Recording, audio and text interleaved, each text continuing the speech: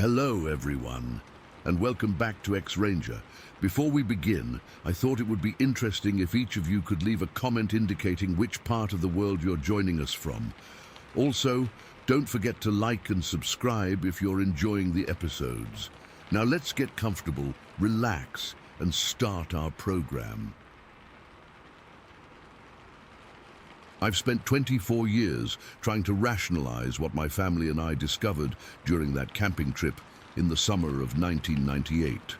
I'm not one for supernatural explanations or conspiracy theories. I'm a practical guy, worked construction most of my life, believe what I can see and touch. But what we found near Ram Falls still gives me chills when I think about it. My name's Will Parker. My wife Diana and our son Logan, who was 11 at the time, were camping west of Caroline, Alberta, in the Ram Falls area. We loved that spot because it was remote enough to feel like real wilderness, but still accessible with our old Ford pickup and pop-up camper. Diana had 2 weeks off from her nursing job, and I'd just finished a big project, so we decided to get away from Edmonton and enjoy some family time in the mountains. The trip started normal enough. We set up camp on Thursday, about 2 miles from the falls in a small clearing. The weather was perfect. Warm days, cool nights, with those amazing star-filled skies you only get away from city lights. Logan was at that age where everything in nature fascinated him. He collected rocks, caught and released a couple of garter snakes, and kept a journal of birds he spotted. Diana read her mystery novels by the campfire while I handled most of the cooking and site maintenance. It wasn't until Saturday afternoon that things changed. I'd gone to gather more firewood while Diana and Logan were fishing at a small creek about a quarter mile from our campsite. The area around our camp was mostly mixed forest, but to the north it opened into what locals call muskeg, sort of a boggy terrain with scattered trees and spongy ground. I normally avoided it because the footing was unreliable, but I noticed some downed trees at the edge that looked dry enough for good firewood. As I approached the muskeg's edge, something caught my eye. At first, I thought someone had been through there recently, maybe other hikers or hunters. There was a clear trail of impressions in the soft ground, but as I got closer, I felt the hair on my arms stand up. These weren't normal footprints. I'm 6 feet tall and weigh about 205 pounds, not a small guy. But these impressions made my boots look tiny in comparison. I wear a size 11, and when I placed my foot next to one of the tracks, it barely covered half the length. The shape was roughly human-like, longer than wide, with what appeared to be 5 toes at the front, but the scale was all wrong, way too big. What really unsettled me wasn't just the size, though. It was how deep they sank into the ground. When I walked across that same patch of muskeg, my boots sank maybe an inch into the soil. These tracks, they pushed 3, sometimes 4 inches deep.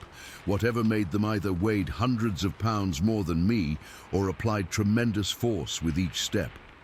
I followed the tracks for about 50 yards before they disappeared into thicker woods.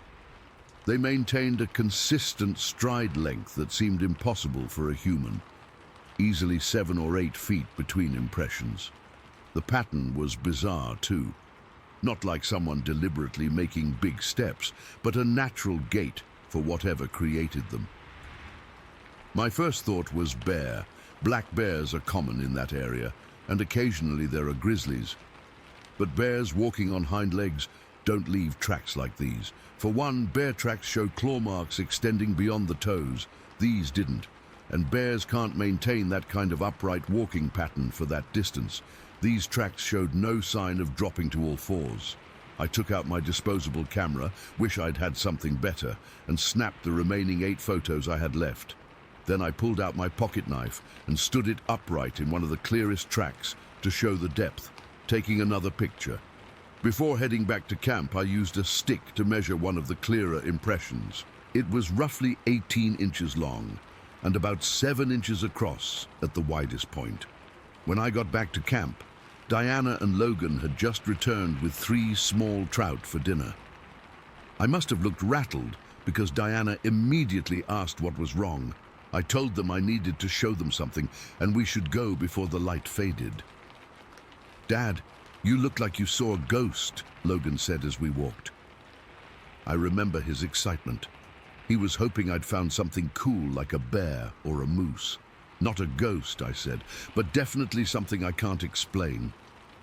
When we reached the muskeg, the tracks were still there, undisturbed. Diana froze when she saw them.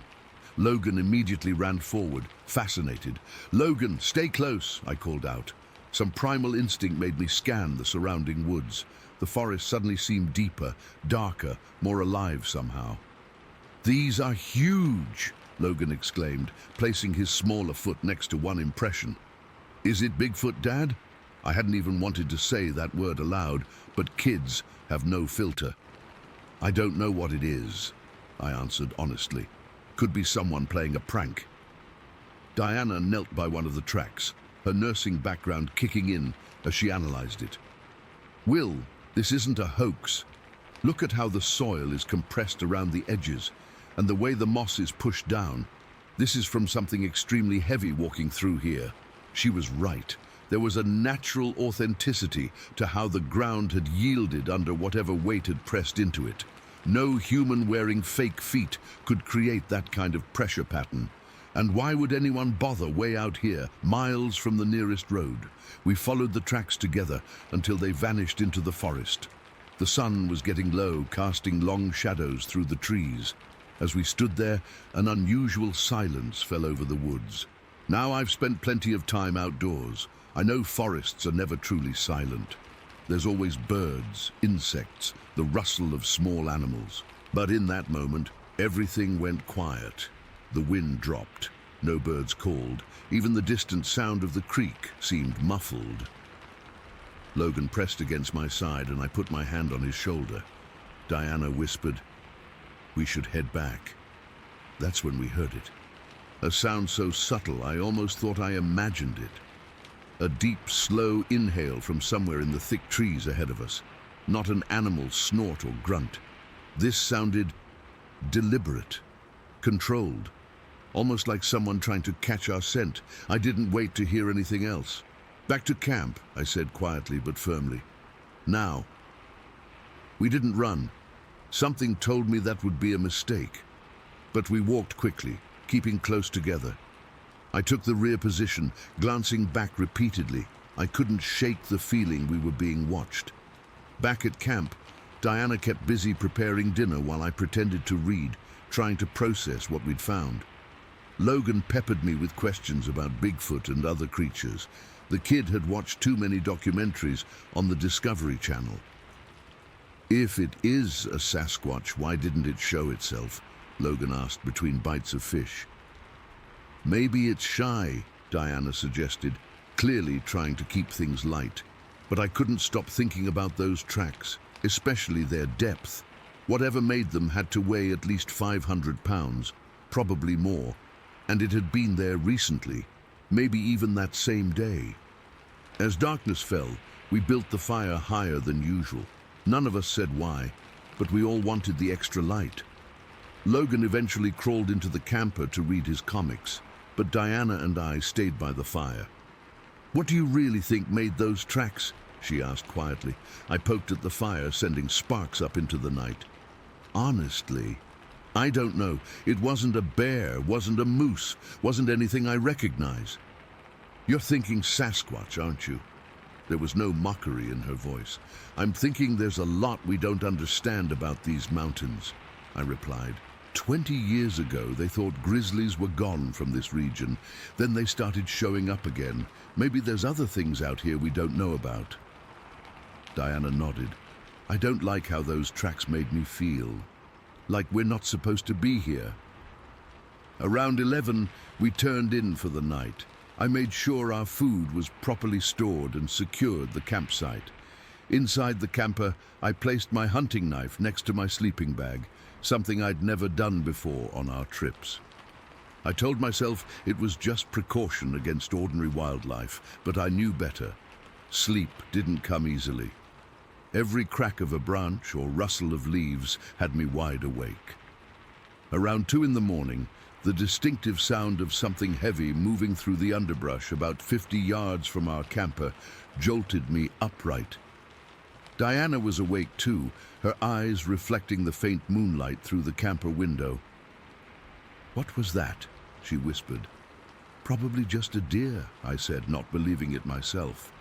Then came 3 distinct sounds: thud, thud, thud, like heavy, deliberate footsteps approaching the edge of our campsite.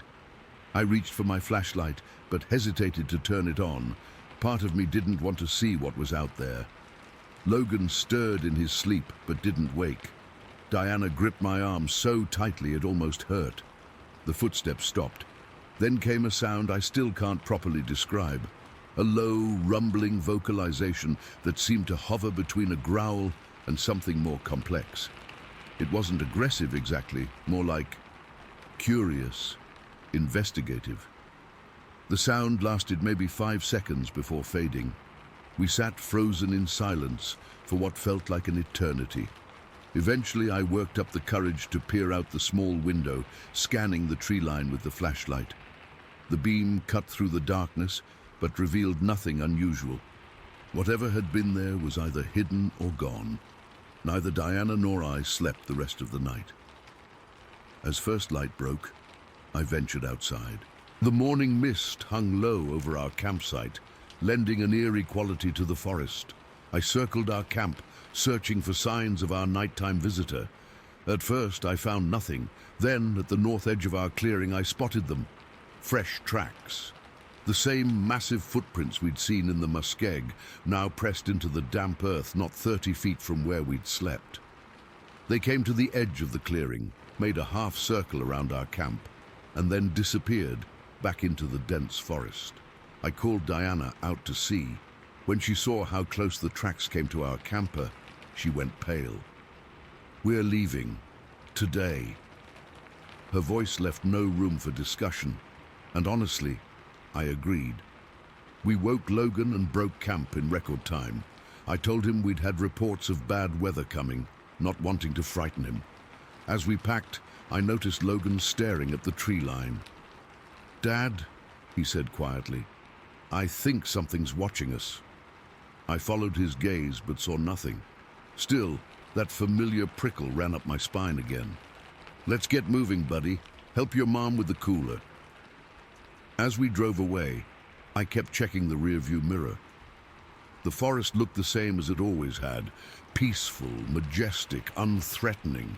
But I knew something was in there, something that had circled our camp during the night, something heavy enough to sink 4 inches into solid ground with each step.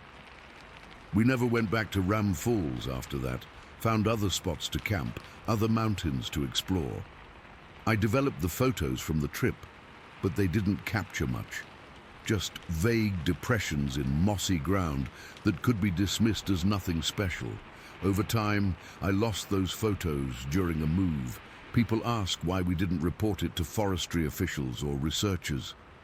I've asked myself the same question. Part of it was embarrassment. I didn't want to be that guy claiming to have found Bigfoot. Part of it was doubt. In the daylight, surrounded by normal people in a normal world, it's easy to second-guess what you experienced in the wilderness. But mostly, I think it was a sense that whatever made those tracks didn't want to be found. It could have approached us directly, but chose to observe from a distance. It circled our camp, but never threatened us. That feels meaningful somehow. 5 years later, I read about another family finding unusual tracks in the same general area. The description matched what we saw, the impossible size, the disturbing depth. Sometimes I think about reaching out to them, comparing notes. But then I remember that feeling of being watched from the trees, that rumbling sound in the darkness, and I decide some mysteries are better left alone. I know what I saw. I know what Diana and Logan experienced. Something was out there in the Ram Falls wilderness, something large, something heavy, something that moved with purpose. And sometimes, late at night when the house is quiet and the wind rustles through the trees outside, I still get the willies thinking about those tracks, sunk deep into the earth, as if the forest itself had somehow gotten up and started walking. Story 2. I've been hesitating to share this for a long time. I mean, who wants to be labeled as the crazy guy who claims he saw Bigfoot, right?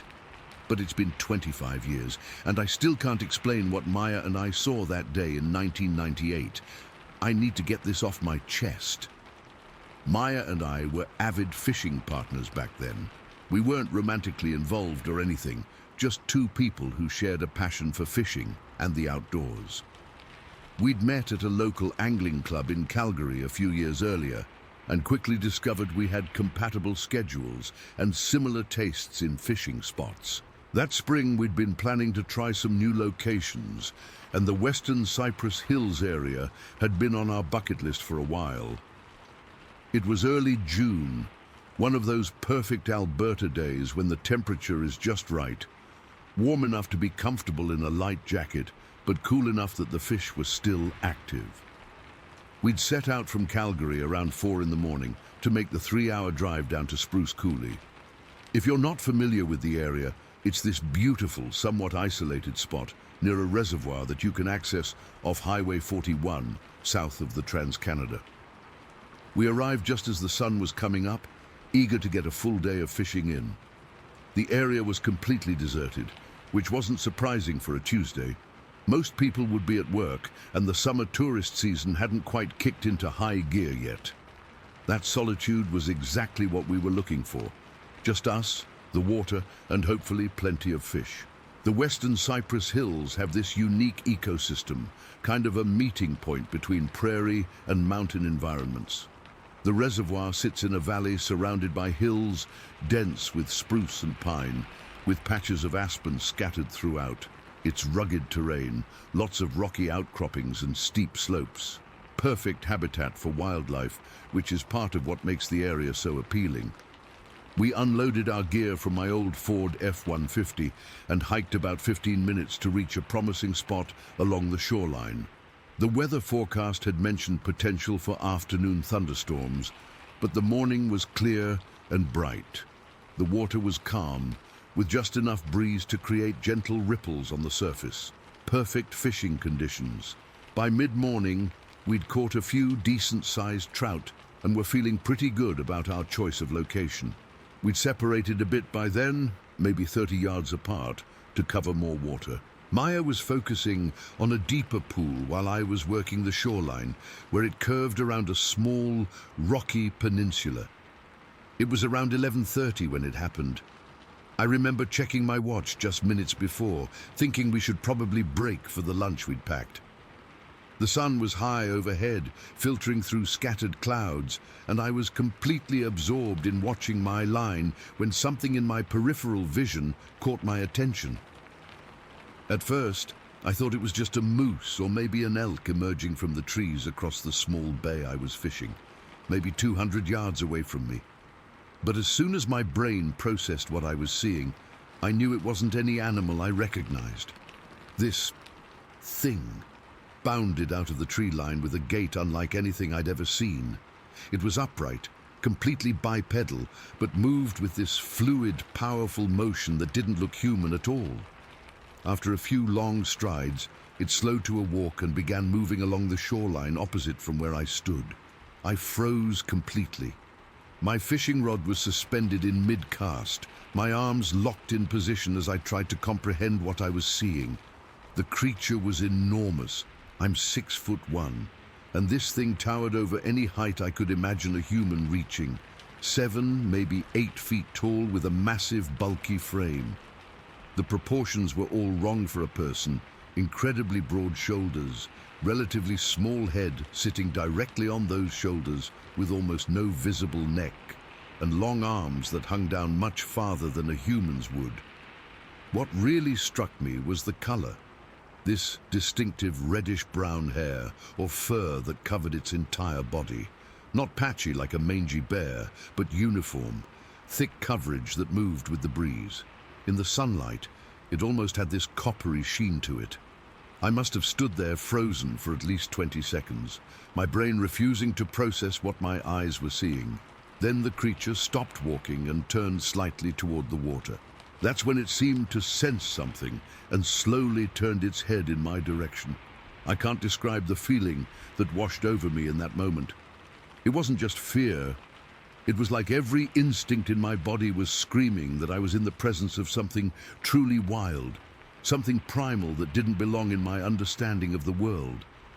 I wasn't thinking Bigfoot or Sasquatch in that moment. I was just experiencing pure, unadulterated shock. When I finally managed to move, I called out to Maya in what I thought was a shout, but came out as a hoarse whisper. "Maya, Maya, you need to see this." Maya must have heard something in my voice because she immediately started moving toward me, carefully but quickly picking her way across the rocky shoreline. "What is it?" she asked, keeping her voice low. I couldn't speak. I just pointed. The creature was still there, now standing completely still, seemingly looking in our direction. Maya gasped, this sharp intake of breath that confirmed I wasn't hallucinating. "What the hell is that?" she whispered. "Is that a person in a suit?" "No way," I whispered back. "Look at the size of it. Look at how it moves." Just then, the creature took a step forward, and I swear I felt Maya flinch beside me. We were close enough to each other that our arms were touching, both of us instinctively huddling together for safety. The thing was still watching us, at least it seemed that way from the orientation of its body. It was too far to make out clear facial features, but I could see the mass of its head moving slightly, as if scanning us or the area around us. After what felt like forever, but was probably only a minute or so, it took another step forward. That's when Maya grabbed my arm and dug her fingers in so hard, I later found bruises. "We need to go," she said, her voice trembling. "Now!" But I couldn't move yet. I was completely transfixed. The creature took another step toward the water and then paused again. It raised one arm and seemed to be reaching for something, maybe a branch or something along the shoreline, I couldn't tell. That's when I noticed the proportions of its hand, massive with long fingers, definitely not like a bear's paw. "Gabriel," Maya hissed, tugging at my arm. "We need to go." I was about to give in to her pleading when nature intervened. A bank of low clouds that had been hovering over the hills suddenly rolled in, pushed by a rising wind. Within seconds, a curtain of mist descended over the opposite shore, obscuring our view of the creature. That broke the spell. Suddenly, my feet could move again, and an overwhelming surge of fear flooded through me. Without discussion, Maya and I turned and began running back toward the trail that led to the parking area, abandoning our fishing gear on the shore. I've never run so fast in my life, especially on such treacherous terrain. We were scrambling over rocks and through brush, slipping and stumbling, but somehow staying upright. Maya was ahead of me, her backpack bouncing wildly as she ran. Neither of us looked back. We reached the truck in record time, both gasping for breath. My hands were shaking so badly I could barely get the key into the ignition. As I started the engine, Maya kept looking out the windows, scanning the tree line. "Do you think it followed us?" she asked, her voice higher than normal. "I don't know. I don't think so," I replied, but I hit the gas harder than necessary, spinning gravel as we pulled away from the parking area. We drove in silence for several miles, both of us processing what we'd seen. Finally, about halfway back to the main highway, I pulled over at a roadside rest stop. There were a couple of other vehicles there, tourists with a travel trailer and an older couple at a picnic table, and the normality of the scene helped ground me somewhat. "What did we just see?" Maya asked after we'd sat in silence for several minutes. "I don't know," I admitted, "but we both saw it. It wasn't a bear," she said firmly. "Bears don't walk like that, and it wasn't a person." "No," I agreed. "No way that was a person." We spent the next hour at that rest stop, trying to make sense of our experience, going over every detail while it was still fresh in our minds. The height, we both agreed on 7 to 8 feet tall. The color, definitely that unusual reddish brown. The way it moved, bipedal but with a gait unlike a human's. The massive build and long arms, the apparent awareness of our presence. The most unsettling part was how purposeful it had seemed. This wasn't an animal randomly wandering through the woods. There was an intelligence to its movements, a deliberateness that made it all the more disturbing. We debated whether to report what we'd seen, but ultimately decided against it. Who would believe us? What evidence did we have? We'd left our fishing gear in our panic, and by the time we considered going back for it, thunderstorms had moved in as predicted, bringing heavy rain to the area. Besides, neither of us was eager to return to that shoreline. The drive back to Calgary was quiet. We were both exhausted, not just physically from the adrenaline and the running, but mentally from trying to fit what we'd seen into our understanding of reality. When we reached the city, Maya asked me to drop her off at her apartment rather than the usual coffee shop where we'd normally debrief after a fishing trip. At her door, she turned to me and said something I'll never forget. "I don't think I can go back there, Gabe. Not ever." I understood completely. Despite having discovered what could have been an excellent fishing spot, neither of us suggested returning to Spruce Coulee in the weeks and months that followed. We continued our fishing partnership, but we stuck to more populated areas after that, places with regular human activity and fewer dense forests. For a long time, we didn't talk about what we'd seen. It was like an unspoken agreement between us. Acknowledging it meant having to really face the implications. It wasn't until almost a year later, while fishing a crowded shore at Barrier Lake, that Maya finally brought it up. "I've been doing some reading," she said casually, reeling in her line, "about Sasquatch sightings in Alberta." I just nodded, waiting for her to continue. "There have been reports from the Cypress Hills before, similar descriptions, the height, the reddish coloring." "What do you think it was?" I finally asked her directly. She was quiet for a long moment, focusing intently on retying a lure that didn't need fixing. "I think we saw something that shouldn't exist according to science," she eventually said, "but it does exist because we both saw it." That was 25 years ago now. Maya and I drifted apart eventually. She moved to Vancouver for work around 2002, and our fishing trips became less frequent and then stopped altogether. Last I heard, she was married with kids and had a successful career in environmental consulting. As for me, I've never gone back to Spruce Coulee. I've also never stopped thinking about what we saw that day. I've read countless reports of similar sightings, watched documentaries, even attended a couple of cryptozoology conferences, incognito, of course. Some accounts seem credible, others less so, but none of them have ever fully captured the feeling of standing there, fishing rod in hand, and seeing something that completely rewrites your understanding of what's possible. I don't know what we saw that day in 1998. A known animal viewed under strange conditions, some undiscovered primate species, something else entirely. But I know what I experienced, and I know Maya experienced it too.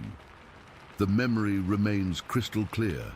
The shock, the fear, the absolute certainty that we were in the presence of something extraordinary. Sometimes when I'm fishing alone now, I find myself scanning the tree line more often than I watch my line. And every time I hear branches cracking in the forest or catch movement in my peripheral vision, I feel that same surge of adrenaline, that same primal recognition that we humans might not be as alone in the wilderness as we'd like to believe. Story 3. I've spent my whole life driving these mountain roads outside Safford. Born and raised here, I know every twist and turn, every hazard to watch for. But nothing prepared me for what I saw on January 7th, 2019. I work at the copper mine about 30 miles from home. and I always leave around 5:30 in the morning to get there for my 6:30 shift. That morning was different though. We'd had this freak snowstorm blow through, not common for Arizona even in January. The roads were slick and this thick fog had settled into the foothills overnight. I remember thinking I should have called in sick, but I needed the hours. My truck's a reliable old Ford F-150, nothing fancy, but it gets the job done. That morning, I had the heater cranked all the way up, but I was still shivering. The temperature gauge on my dashboard read 28 degrees, practically Arctic for us desert folks. I was creeping along at maybe 15 miles per hour, white-knuckling the steering wheel. The fog was so thick I could barely see 20 feet ahead. You know that feeling when your high beams just bounce right back at you? That's what I was dealing with. I tried flipping them on for a second thinking it might help, but it just made things worse, like driving into a wall of milk. So I switched back to low beams and slowed down even more. I remember checking the time, 6:23, because I was worried about being late. I'd never been late in 8 years at the mine. The road curves around the base of Mount Graham, and I was at that stretch about 5 miles from the mountain proper, where there's nothing but mesquite trees, dry washes, and some riverbeds that only fill up during monsoon season. That's when it happened. At first, I thought it was a shadow or maybe my eyes playing tricks on me. The fog was swirling and creating weird shapes anyway. But then this figure just emerged from the right side of the road. I instantly hit the brakes, not slamming them because of the ice, but firmly enough that I felt the ABS kick in. My truck slid slightly before coming to a complete stop, and there it was, right in front of me, maybe 15 or 20 feet away. This thing was massive. I'm 6 feet tall, and it towered over what my headlights would hit, 7, maybe 8 feet tall, and wide, not fat, but broad-shouldered and solid. It was covered in this dark brown hair, almost black in places. Not fur like a bear, but hair, long and matted, especially around what I guess was its shoulders and back. It moved in this weird way, not quite running, not quite walking, like a slow, purposeful jog.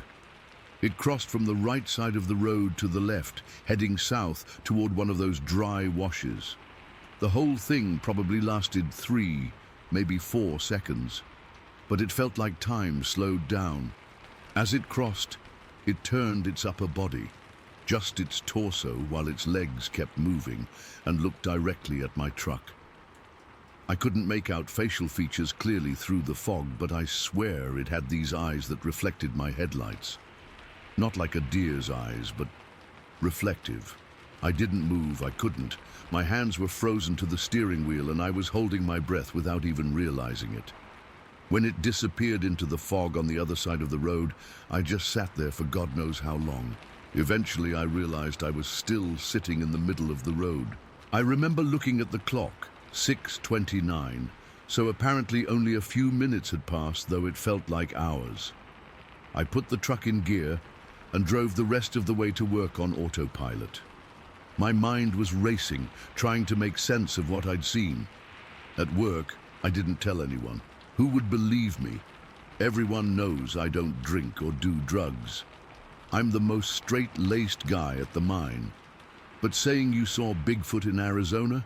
That's a one-way ticket to becoming the shop joke. I couldn't focus all day. I kept replaying those few seconds over and over in my head. During my lunch break, I even Googled local wildlife on my phone, thinking maybe it was just a bear walking on its hind legs. But bears don't move like that, and the height, no way. After my shift ended at 3, I decided to drive back to the spot. It was a stupid idea looking back. What if it was still there? What was I going to do? But I had to check, had to see if there was any evidence. By the time I got there around 3:45, the sun was out, and most of the snow had melted. The fog was completely gone. The spot looked totally normal, just a regular stretch of mountain road with scrubby mesquite on both sides. I pulled over anyway and got out of my truck. The ground was muddy, but I couldn't find any tracks where I thought the thing had crossed. The melting snow and mud had turned everything into a mess. I walked back and forth along the shoulder for almost an hour, looking for anything. Broken branches, hair caught on a tree, anything. But there was nothing. It was like it had never happened. That's when I remembered something my grandfather used to talk about. He was half Apache, and he used to tell stories about the Mogollon monster, our local version of Bigfoot that supposedly lived up on Mount Graham. As kids, we thought they were just campfire stories meant to keep us from wandering off in the woods. But standing there on that empty road, those stories didn't seem so far-fetched anymore. It's been over 4 years now, and I've never told anyone except my wife. She believes me, or at least she believes I believe it. I've driven that same stretch of road hundreds of times since then, always scanning the tree line, always hoping for another glimpse, but also terrified of seeing it again. I've done a lot of research since then. Turns out there have been Bigfoot sightings around Mount Graham for decades. The Apache consider parts of the mountain sacred, and there are stories about a hairy man going back generations. About 2 months after my encounter, I finally worked up the courage to report it anonymously to one of those Bigfoot research websites. They asked me a bunch of questions. Did it make any sounds? No. Did I smell anything? I was in my truck with the windows up, so no. Did it seem aggressive? No, more startled than anything. One detail keeps haunting me, though. When it turned to look at my truck, there was this intelligence in the way it moved. It wasn't a panicked animal. It was deliberate, almost cautious, like it was assessing whether I was a threat. I've tried to rationalize it since then. Maybe it was just a very tall person in a coat. But who would be wandering around in a snowstorm at 6 in the morning, miles from any trail or residence? And the way it moved, no person moves like that. Maybe it was a bear, but bears don't stand that tall, and they don't have that silhouette. The more I think about it, the more certain I am of what I saw. I saw the Mogollon monster, or Bigfoot, or Sasquatch, whatever you want to call it. It exists, and it lives in the wilderness around Mount Graham. I've become more observant on my drives now. I notice things I never paid attention to before. Broken branches high up on trees, unusual arrangements of rocks in the washes, places where the ground looks disturbed in a way that doesn't match how normal animals move. Sometimes when I'm driving to work in those early morning hours, I get this feeling like I'm being watched from the tree line. It's probably just paranoia, but I can't shake it. I keep my high beams on more often now, even when it makes visibility worse, just so I can see farther into the woods. Last month, something weird happened that brought it all back. I was driving home from an evening shift around 11 at night, and I had to pull over to answer a call from my wife. I was in almost the exact same spot as my encounter. While I was on the phone, I heard this sound from the direction of the wash, like wood knocking against wood. 2 distinct knocks, then a pause, then 3 more. There was no wind, no reason for branches to be hitting together like that. I hung up quickly, turned my truck around, and got out of there. That sound, it wasn't natural. I've been hunting these mountains my whole life, and I've never heard anything make a sound like that before. I've started carrying a camera in my truck now, one of those dash cams that records continuously. Part of me hopes I'll catch something, have proof to show people. Another part of me hopes I never see anything again. The thing that gets me is how ordinary that morning seemed until it wasn't. 1 second, I'm just a guy driving to work, worrying about being late, and the next, I'm questioning everything I thought I knew about the world around me. If these creatures exist, and I know what I saw, what else might be out there that we don't know about? Sometimes, I wonder if it saw something in me too. If for that brief moment when our eyes met through the fog, it was just as surprised to see me as I was to see it. Was it heading somewhere specific? Does it have a home? Are there more of them? These questions keep me up at night sometimes. I've lived in these mountains my whole life, thought I knew every inch of them. Now I look at them differently. The forests seem deeper, the shadows darker. Every time I hear about missing hikers or strange sounds reported in the wilderness, I wonder. I don't hike alone anymore. I used to all the time, would grab my pack and head out for the whole day, just me and the mountains. Can't bring myself to do that now, not because I'm afraid of being hurt, the thing didn't seem aggressive, but because I'm afraid of seeing it again and not having anyone there to confirm I'm not crazy. Some mornings, especially foggy ones, I take the long way to work now. It adds 20 minutes to my drive, but it keeps me off that stretch of road when visibility is poor. My co-workers joke that I've developed a phobia of fog. If only they knew. What haunts me most isn't the creature itself, but the knowledge that it's out there right now, going about its life while we go about ours. Two worlds existing side by side, but rarely intersecting. That thin veil between what we know and what we don't know got torn for me that morning, and I can't stitch it back together. I still don't know what to make of what happened. All I know is what I saw, and what I saw wasn't human, wasn't a bear, wasn't anything I can explain away. It was the Mogollon monster in the flesh on a foggy January morning in 2019. And it's still out there, somewhere in the shadows of Mount Graham, watching and waiting. Story 4.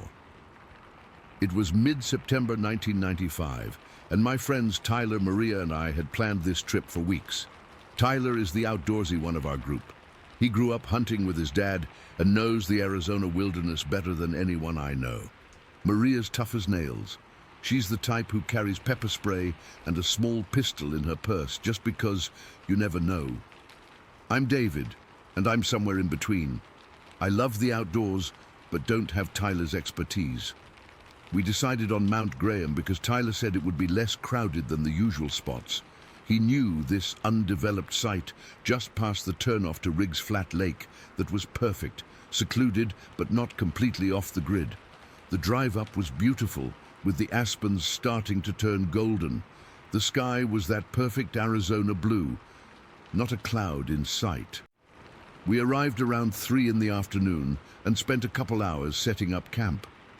Tyler insisted on positioning the tent in this small clearing with good visibility. At the time, I thought he was being overly cautious, but looking back, God, I wish we'd just gone to a developed campground with other people around. The first few hours were exactly what camping should be.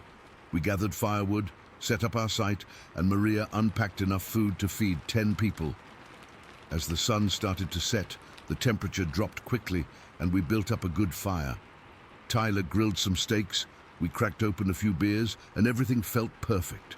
The stars came out. You know how they look in the mountains, like someone spilled salt across black velvet. We were laughing, telling stories, just enjoying being away from work and responsibility. It was around 10 o'clock when everything changed.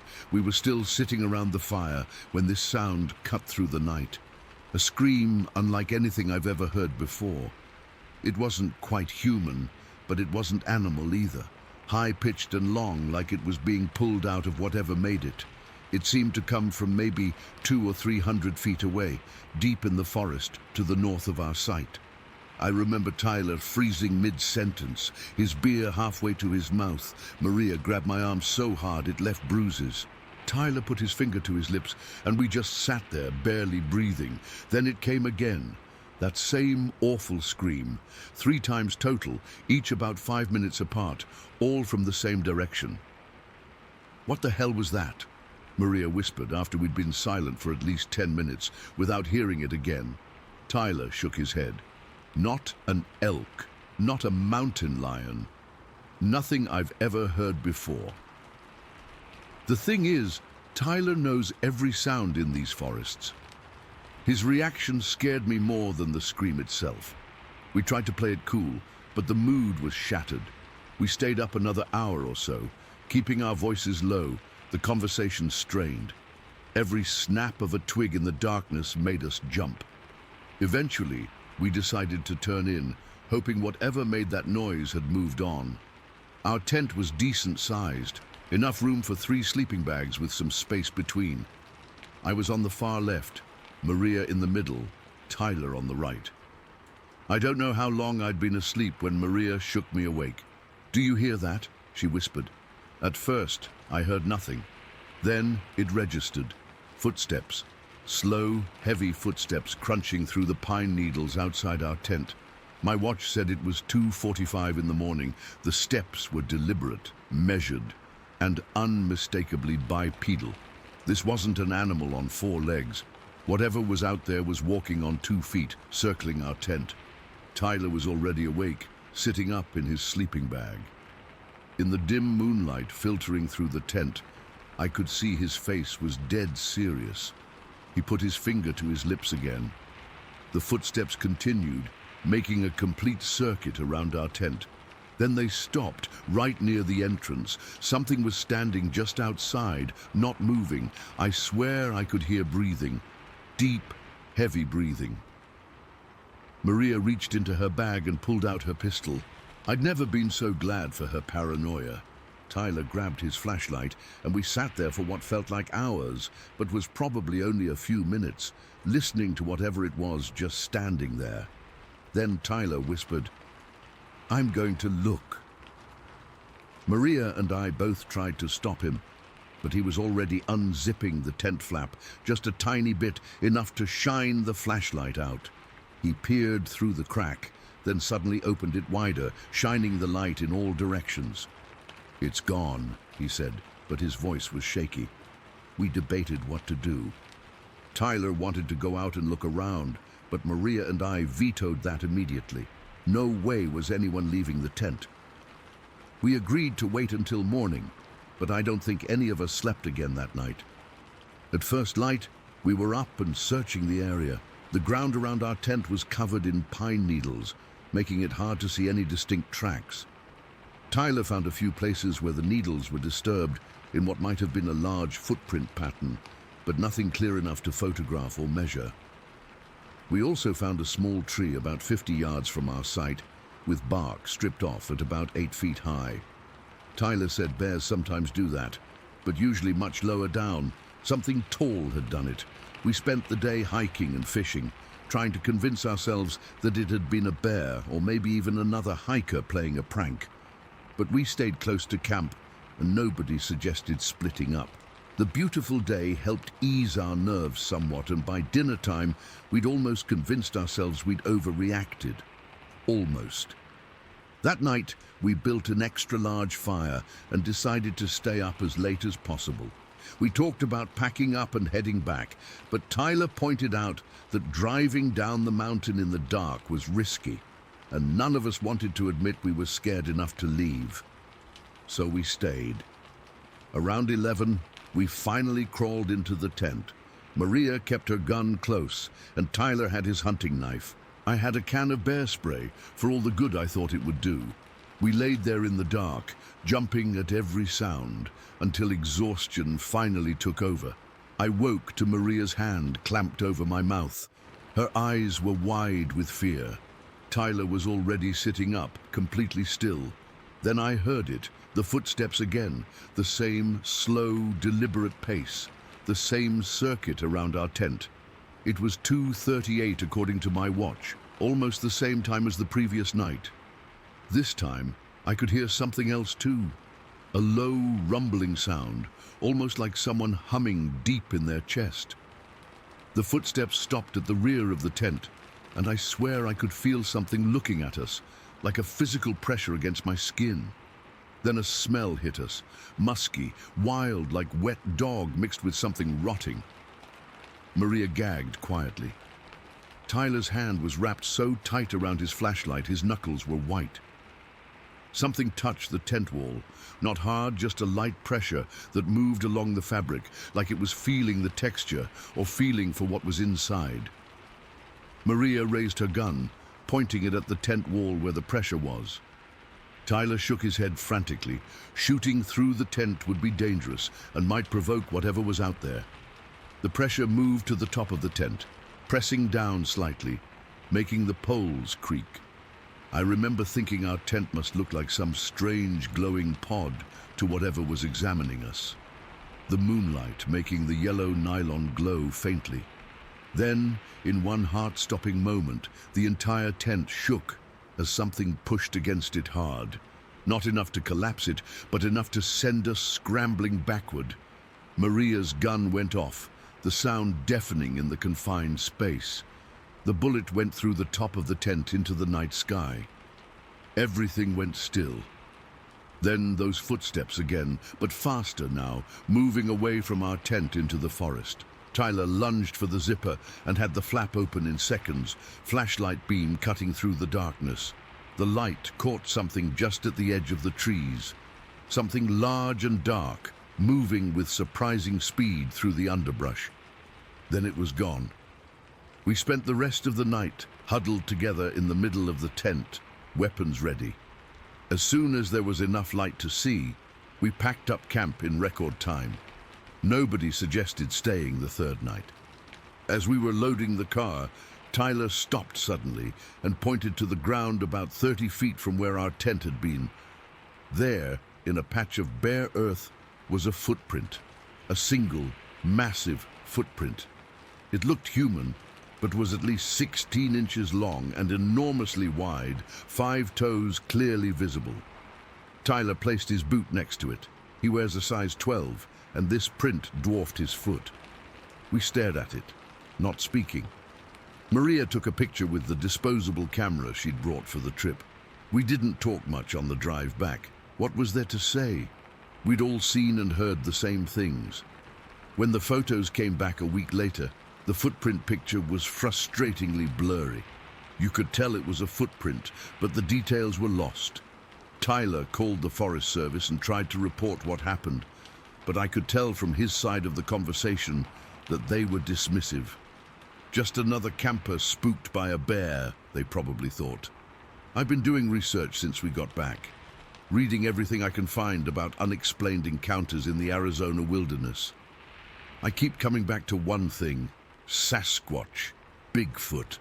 I know how that sounds. Before this, I would have laughed at anyone who suggested such a thing. Now, I'm not laughing. I wake up some nights thinking I hear those footsteps circling my bedroom. I dream about that scream echoing through the trees. Maria says she's never camping again. Tyler's the only one who wants to go back, says we need better evidence. He's crazy if he thinks I'm going anywhere near Mount Graham again. The thing that keeps haunting me isn't just what we saw or heard. It's the feeling I had when it was out there, like it was intelligent, curious, like it was studying us as much as we were afraid of it. Not just an animal, but something aware. I still don't know what was on Mount Graham with us that night. Maybe I never will. But whatever it was real, and it was watching us. Story 5. I've never been the type to believe in the paranormal or cryptids or anything like that. I'm a practical person. I pay my bills. I raised my kids. I don't buy into conspiracy theories. But what happened that summer night in 1992 changed something in me. And to this day, I still can't explain it. My sister Sarah can't either. It was early June, and we were making the long drive from California to Oklahoma, where our parents lived. Sarah had just gone through a messy divorce, and I thought getting her and the kids out to see Mom and Dad would help take her mind off things. We'd stopped in Kingman, Arizona for an early dinner, let the kids run around a bit at some local park to burn off energy before getting back on the road. We had this old Volkswagen van, one of those vintage ones from the 70s. My husband had fixed it up before he passed, and I kept it running all these years. It wasn't fancy, but it was reliable enough and had plenty of room for us and the kids. Sarah's two were 6 and 8, and my daughter was 4. They were all knocked out in the back, sprawled across the bench seats we'd converted into beds with blankets and pillows. It was just after 9 p.m. when we pulled out of Kingman. Sarah and I were planning to drive through the night, trading off every few hours while the other slept. I was behind the wheel first, while Sarah fiddled with the radio, trying to find something other than static. The highway stretched out dark ahead of us, just this endless black ribbon with our headlights cutting through it. There weren't many other cars around. maybe past one every 15 minutes or so. "You want some of these chips?" Sarah had asked, rattling a half-empty bag of Lay's at me. "Nah, I'm still full from that diner," I told her. We were just making small talk, nothing important. That's what makes what happened next so surreal. One minute we're discussing whether we should wake the kids for bathroom breaks in Flagstaff, and the next, I noticed something on the shoulder of the road ahead. At first, I thought it was just a trick of light. You know how your eyes play tricks on you when you've been driving at night for a while. But as we got closer, I realized it was a figure, standing just off the highway. "Do you see that?" I remember asking Sarah, slowing down slightly but not really braking yet. Our headlights hadn't fully illuminated it. "See what?" Sarah leaned forward, squinting through the windshield. "Oh my God, is that a person? What are they doing out here in the middle of nowhere?" But even as she asked, I knew it wasn't a person, at least not a normal one. As we approached, the figure turned toward our headlights and it raised one arm up like it was shielding its eyes from the glare. That's when I realized how tall it was. Our van wasn't small, but this thing was definitely taller than our roof. 7, maybe 8 feet tall. "Emily, what the hell is that?" Sarah's voice had dropped to a whisper. I could feel her tension beside me, like she was coiling up, ready to protect the kids if needed. I couldn't answer because I was trying to process what I was seeing. The creature, and I can't call it anything else, had this massive build like a bodybuilder but more natural. It wasn't bulky in that artificial gym way, but just powerfully built, with broad shoulders and a thick chest. The light hit it, and I could see this dark blonde hair covering its body, longer on the arms. Its face was... God, I still get chills thinking about it. It had less hair there, but it wasn't human, and its eyes caught the headlights and reflected back at us, glowing like some kind of animal's would. But the most terrifying part? The expression. It wasn't curious or scared. It looked aggressive, unfriendly, like it didn't want us there, or like it was evaluating us as a threat or as prey. I don't know which is worse. I had maybe 2 seconds to process all this before it moved, and Jesus, the way it moved. One minute it was on the shoulder, and the next it was lunging into the road right in front of us. It didn't run like a person. It was too fluid, too fast. Just a few powerful strides and it was directly in our path. I jerked the wheel hard to the left, tapping the brakes but not slamming them. I don't know why, maybe because I was afraid of skidding, or maybe because some part of me just wanted to get past this thing as quickly as possible.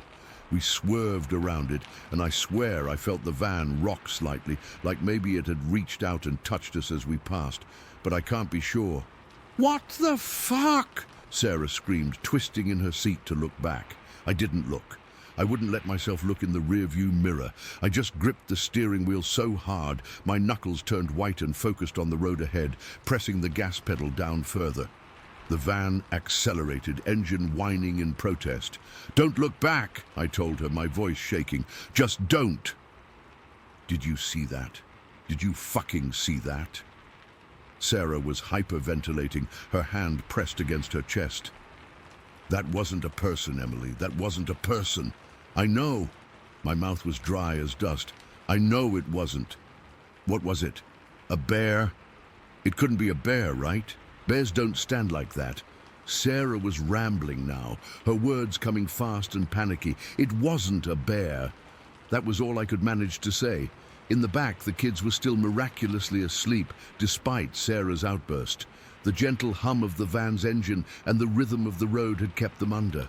Thank God for that small mercy. I didn't want them to see the fear that must have been written all over our faces. For the next hour, Sarah and I barely spoke. The radio played softly between us, but neither of us made a move to change the station, even when it dissolved into static as we left the broadcast range. It was like we were both afraid that talking about what we'd seen would make it more real. Or maybe we were just listening, straining to hear if something was following us. I kept checking the mirrors, scanning the dark road behind us. Every shadow, every movement in the darkness had me flinching. Sarah kept turning around to look out the back window. then facing forward again, her breathing still not quite normal. "Should we stop somewhere?" she finally asked as we approached Flagstaff around 11:30. "Get a motel room?" The thought of stopping, of being stationary, filled me with dread. "No," I said. "I want to keep going. Get as far away from there as possible." Sarah nodded, not arguing. She understood. Around midnight, we pulled into a brightly lit gas station just outside Flagstaff. I needed to use the bathroom, and we needed to refill the tank. I remember how the fluorescent lights of that gas station felt like salvation after the darkness of the highway. There were a few truckers inside, normal people doing normal things, and it helped ground me back in reality. Sarah stayed in the van with the kids while I went inside to pay and use the restroom. When I looked in the mirror above the sink, I barely recognized myself. My face was pale, eyes wide, hair a mess from running my hands through it nervously. I looked like I'd seen a ghost, or something worse. When I came back out, Sarah was standing beside the van, arms wrapped around herself despite the warm night. "You okay?" I asked her, though it was a stupid question. Of course she wasn't okay.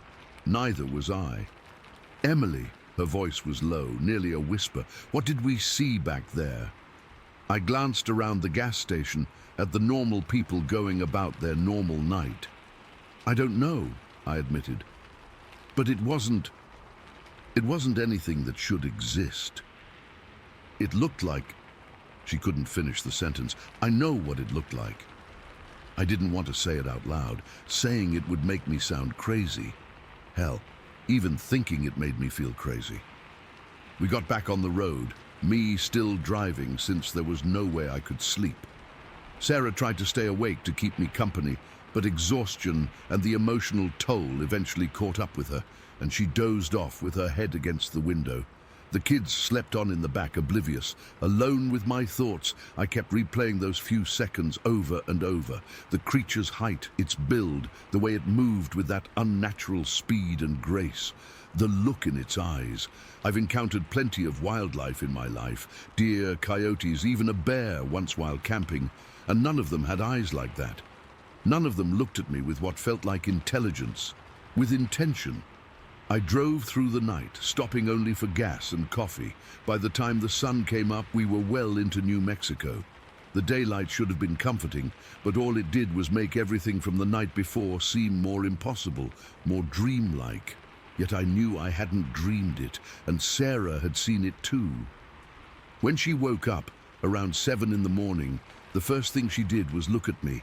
I could see in her eyes that she was hoping maybe it had been a nightmare.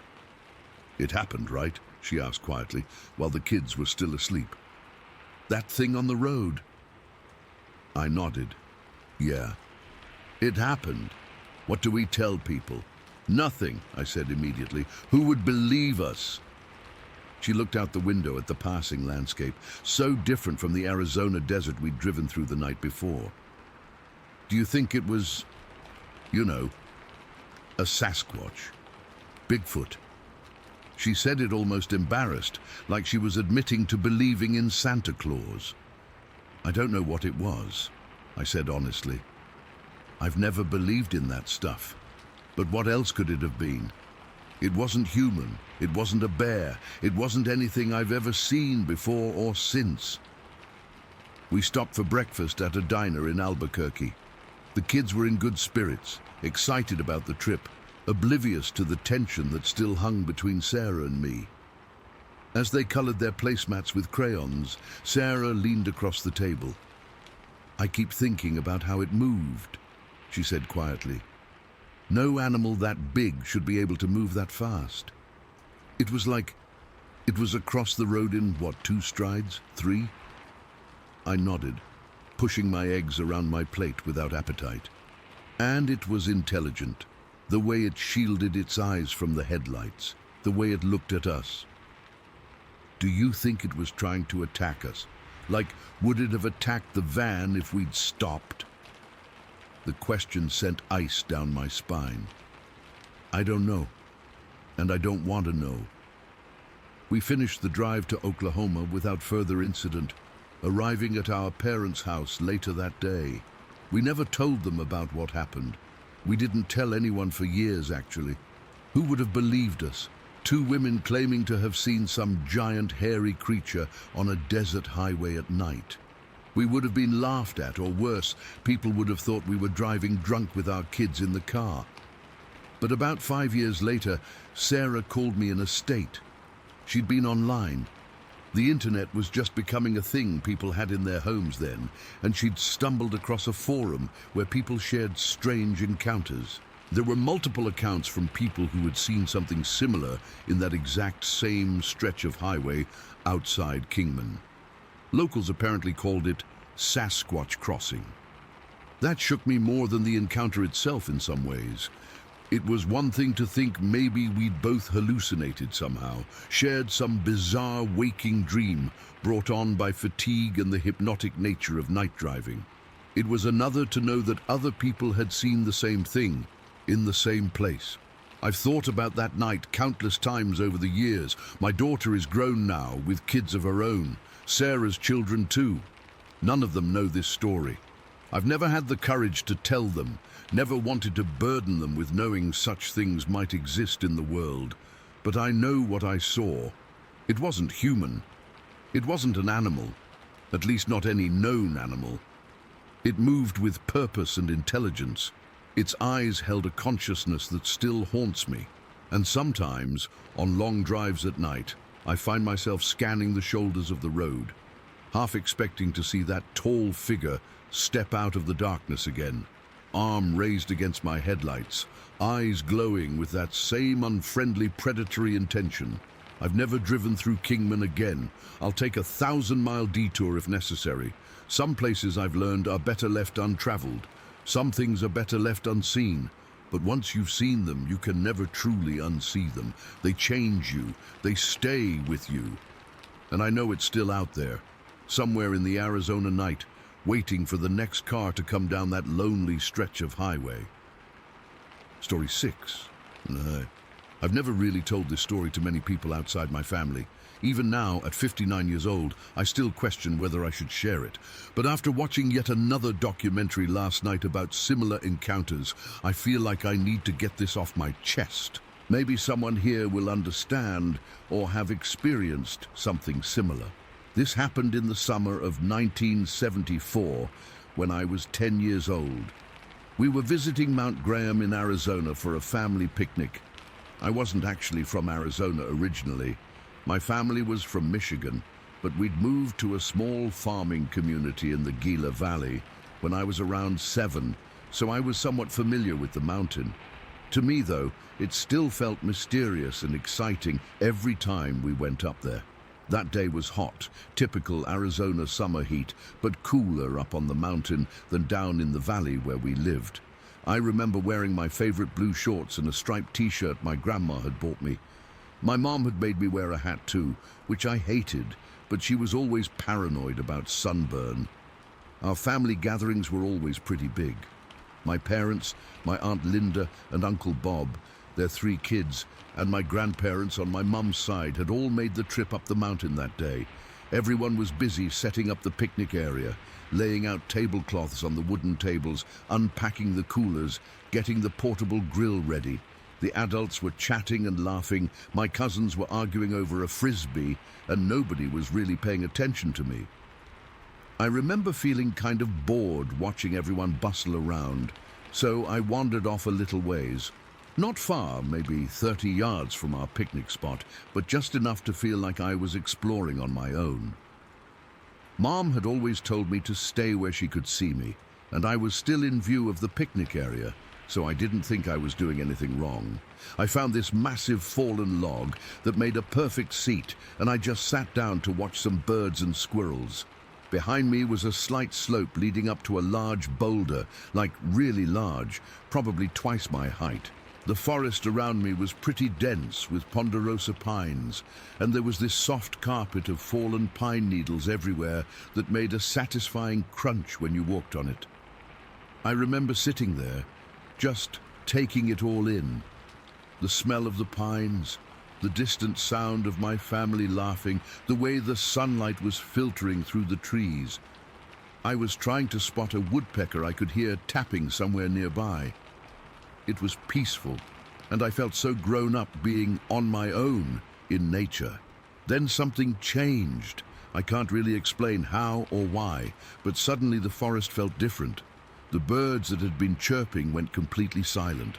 The hair on my arm stood up even though it wasn't cold. It was like when you're watching a scary movie, and you can tell something bad is about to happen before it actually does. At first, I tried to ignore it. I told myself I was being stupid and letting my imagination run wild. But the feeling got stronger and stronger, this overwhelming sense that I was being watched, not just watched, but intensely observed. It wasn't like when you feel someone looking at you from across a room. This was heavier somehow, more focused. The feeling got so intense that my heart started racing, and I couldn't ignore it anymore. I remember swallowing hard and slowly turning around to look behind me, toward the slope and the big boulder. That's when I saw it. Standing on the other side of that boulder, partially hidden but clearly visible, was something, someone, a figure. It was tall, so tall, and covered in dark hair.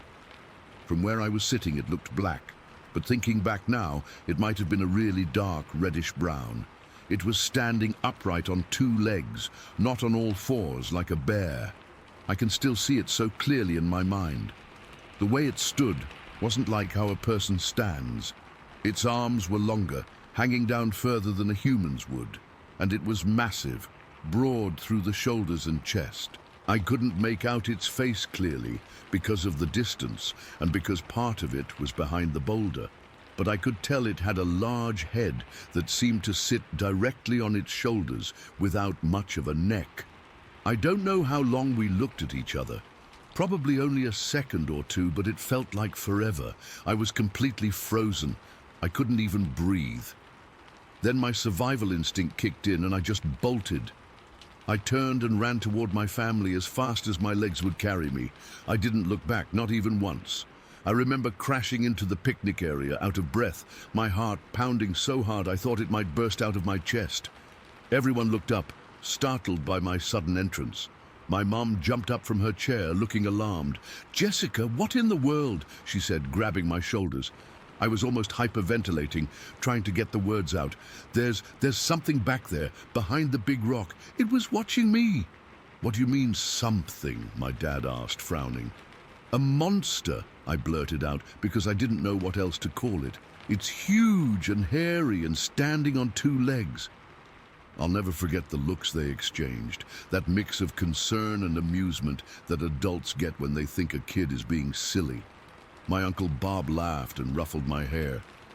"Sounds like a bear, kiddo. They sometimes stand on their hind legs." "It wasn't a bear," I insisted, tears welling up in my eyes from frustration. "It was standing like a person. It was watching me."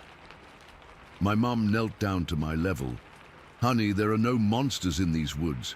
It was probably just a shadow, or maybe a bear, like Uncle Bob said. Or your imagination," my older cousin Tony added with an eye roll. "She's always making up stories." I looked from face to face, desperate for someone to believe me. "Can't we just go look, please? It was right there." My dad sighed and glanced over at my uncle. "Bob, you want to take a quick look? Just to settle her down." My uncle shrugged. "Sure, why not? Where'd you see this monster, Jess?" I pointed back toward the fallen log. "Over there, behind the big boulder." "All right, let's go check it out." He grabbed a can of beer from the cooler and started walking in that direction, clearly not taking it seriously. "I'm not going back there," I said, clinging to my mom's leg. "That's fine. You stay here with your mom," my dad said, following my uncle. I watched anxiously as they walked over to where I'd been sitting. They looked around for maybe 2 minutes, peering around the boulder, scanning the trees. Then they came back, laughing and shaking their heads. "Nothing there, Jess," my dad announced. "Not even tracks or anything. You probably scared away whatever critter it was," my uncle added. "If there was anything at all." My Aunt Linda patted my shoulder. "Your imagination is just working overtime, honey. The woods can play tricks on you, and that was it. They all went back to setting up the picnic, and the incident was forgotten. By them, at least. I couldn't shake it off so easily. For the rest of the day, I stayed right in the middle of our group, jumping at every sound from the forest. I refused to go to the nearby bathroom alone and made my mom come with me. When it was time to leave, I was the first one in the car. For years afterward, every time we drove past Mount Graham, or I could see it from our house in the valley, I'd remember what I saw that day. Sometimes I'd have nightmares about it, dreams where the creature wasn't partially hidden behind a boulder, but coming right toward me, and I couldn't run or scream. My family never took my story seriously. As I got older, I stopped talking about it because I got tired of the eye rolls and the "there goes Jessica with her monster story again" comments. Eventually, I convinced myself that maybe they were right. Maybe it was just my imagination or a bear or the way shadows fell across a tree. But deep down, I knew what I saw. Then about 15 years ago, I was flipping through channels one night and landed on a documentary about Bigfoot sightings. I almost changed the channel. I'd always thought Bigfoot was just a silly legend, something for campfire stories and bad TV shows. But then they showed a sketch of what a witness claimed to have seen in Northern California, and my blood ran cold. It matched what I'd seen that day on Mount Graham. The height, the posture, the broad shoulders, the dark hair. They interviewed the witness, and the way they described the feeling of being watched before they actually saw anything. It was exactly what I'd experienced. I became obsessed after that. I looked up everything I could find about Bigfoot or Sasquatch sightings in Arizona. I discovered that Mount Graham has actually had quite a few reported encounters over the years. Some from before my experience, many from after. The descriptions were consistent with what I saw: the dark hair, the upright stance, the feeling of being watched. One account in particular got to me. A hunter described seeing a large, dark, upright creature watching him from behind a tree on Mount Graham in 1968, 6 years before my encounter. He described the exact same feeling I had, that sudden awareness that something intelligent was observing you. I've moved away from Arizona now, but I've never forgotten what happened that day. I've never gone back to that specific spot on Mount Graham, though I've thought about it many times. Part of me is scared of what I might find, and part of me is afraid I won't find anything at all. Sometimes I wonder if that creature is still up there, still watching people who wander a little too far from their picnic spots or hiking trails. I wonder if anyone else has seen it and kept quiet, like I did for so many years, afraid of not being believed. I know how this sounds. Trust me, I do. If someone had told me this story before it happened to me, I probably wouldn't have believed them either. But I know what I saw that summer day in 1974. It wasn't a bear. It wasn't a shadow. It wasn't my imagination. The rational part of my brain still tries to explain it away sometimes. Maybe it was just a really tall person in dark clothes. But why would they be hiding behind a boulder, silently watching a 10-year-old girl?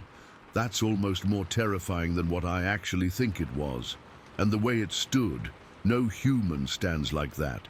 The proportions were all wrong, the shoulders too broad, the arms too long, and there was something about the way it held itself, something primal, ancient. What haunts me most is the feeling I had in that moment when our eyes met. I think our eyes met. I couldn't see its face clearly, but I felt seen. It wasn't just fear I felt. There was something else, a kind of recognition maybe? Like two completely different species, acknowledging each other's existence for a split second. I'm 59 years old now. I've had a normal life, college, career, marriage, kids. I'm not some conspiracy theorist or someone who sees the paranormal everywhere. I'm just a regular person who experienced something I can't explain. I've never seen anything like it again, despite spending plenty of time outdoors over the years. But I know what I saw. And every time I see a program about Sasquatch or Bigfoot or read about a new sighting, I think back to that day on Mount Graham. I think about that creature, partially hidden behind the boulder, watching me. I wonder if it was as surprised to see me as I was to see it. I wonder if, somewhere deep in the forests of Mount Graham, it's still there, still occasionally crossing paths with humans who stray a little too far from the beaten track. And I wonder how many others have seen it, but like me, kept quiet for fear of ridicule. I don't have proof. I don't have photos or footprint casts or hair samples. All I have is my memory and my absolute certainty that what I saw that day was real. Maybe that's not enough for most people, and that's okay. I'm not trying to convince anyone. I just needed to finally share my story with people who might understand or who might have experienced something similar. Whatever it was I saw that day changed how I think about the world. It made me realize that maybe we don't know everything. Maybe there are things out there living alongside us that we just haven't properly documented yet. And maybe, just maybe, some childhood monsters are real after all. Story 7. I feel like I need to get this off my chest, even though I know most people will think I'm insane or making it up. I've kept this story to myself for nearly 20 years, only telling my closest friends who were with me that night, and they still don't believe me. I don't blame them. I wouldn't believe it either if I hadn't seen it with my own eyes. It happened in October 2005. I was 23 then, just a few years out of college. Me and 3 of my friends, Jason, Elena, and Marcus, were always looking for little adventures around Phoenix. We weren't hardcore outdoorsy types or anything, but we enjoyed hiking and exploring places off the beaten path. This particular night, Jason suggested we do a night hike along this stretch of the Central Arizona Project Canal that runs just outside the city. I'd never been there before, but Jason had explored it during the day a few times. He said it was this cool mix of desert landscape with some surprisingly lush areas where water had seeped from the canal over the years. We met up around 8:30 in the evening at Jason's place. I remember it was a Friday night and we'd all just gotten off work. We piled into Jason's old Ford F-150, the blue one with the dent in the passenger door, from when he backed into a pole at Circle K. The drive took about 30 minutes, and we were all in good spirits, joking around about how we were going to get murdered out in the wilderness and how no one would find our bodies for weeks. When we arrived, Jason pulled his truck off the main road onto this little dirt path. He knew exactly where to go. There was this spot where you could park that was hidden from passing traffic by a cluster of desert vegetation. I remember checking my watch as we got out of the truck. It was right around 9 p.m. The night was clear with a 3/4 moon, which gave us decent visibility without needing to use our flashlights much. It was one of those perfect Arizona October nights, probably around 70 degrees, with just the slightest breeze. After summer's brutal heat, nights like these felt like heaven. We started walking along the canal road. The canal itself is this massive concrete channel filled with water. On one side was the road we were walking on, and on the other side was this mix of terrain. Patches of thick brush and trees near the water, then more open areas with tall dry grass, and scattered mesquite and palo verde trees. At first, we stuck to the canal road, which was easy walking. Jason had a small backpack with some beers, and we each grabbed one as we hiked. None of us were getting drunk, just enjoying a single beer while walking. After maybe half an hour, Jason suggested we veer off onto one of the dirt trails that cut through the vegetation. "I've explored some of these trails before," he said. "There's some cool spots where you can see the city lights in the distance." The trail was narrow in places, forcing us to walk single file. Every so often, we'd come to more open areas where we could walk side by side again. We must have hiked for a couple of hours, stopping occasionally to look at the stars or point out the eyes of small animals reflecting our flashlights in the brush. By around 11:30, we'd gone several miles east of where we'd parked. Elena mentioned she had an early shift the next day, so we decided to turn around and head back to the truck. That's when things started to get weird. On the way back, Jason, Elena, and Marcus were walking together about 15 feet ahead of me. They were being pretty loud, singing songs from the radio, laughing and telling jokes. I wasn't in a talkative mood for some reason, so I was hanging back a bit, just taking in the night and enjoying the solitude. I'd guess we were about 3/4 of the way back to the truck, probably around 1 in the morning. We were walking along a section of trail that had an open field of tall, dry grass to the south. The field was maybe 100 yards across, with a cluster of dense trees and brush on the far side. That's when I heard it. At first, I thought it was some kind of machinery in the distance, like a truck engine struggling to start. It was this deep, guttural growl coming from the direction of those trees across the field. But as I listened, I realized it wasn't mechanical at all. It was organic, animal, but not like any animal I'd ever heard in Arizona. I stopped walking and stared toward the sound. My friends continued ahead, completely oblivious because of their noise. The growl came again, deeper, more resonant. It literally vibrated in my chest. Whatever was making that sound had to be massive.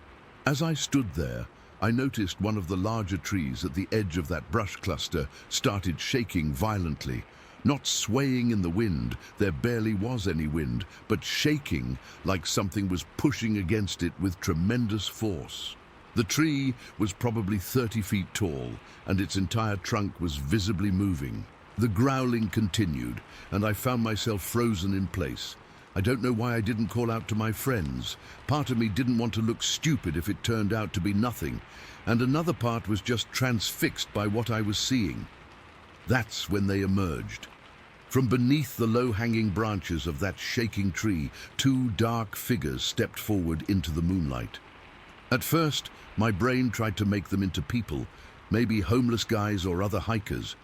But as they moved further into the open, I knew they weren't human. They were tall, easily 7 to 8 feet, with wide, powerful builds.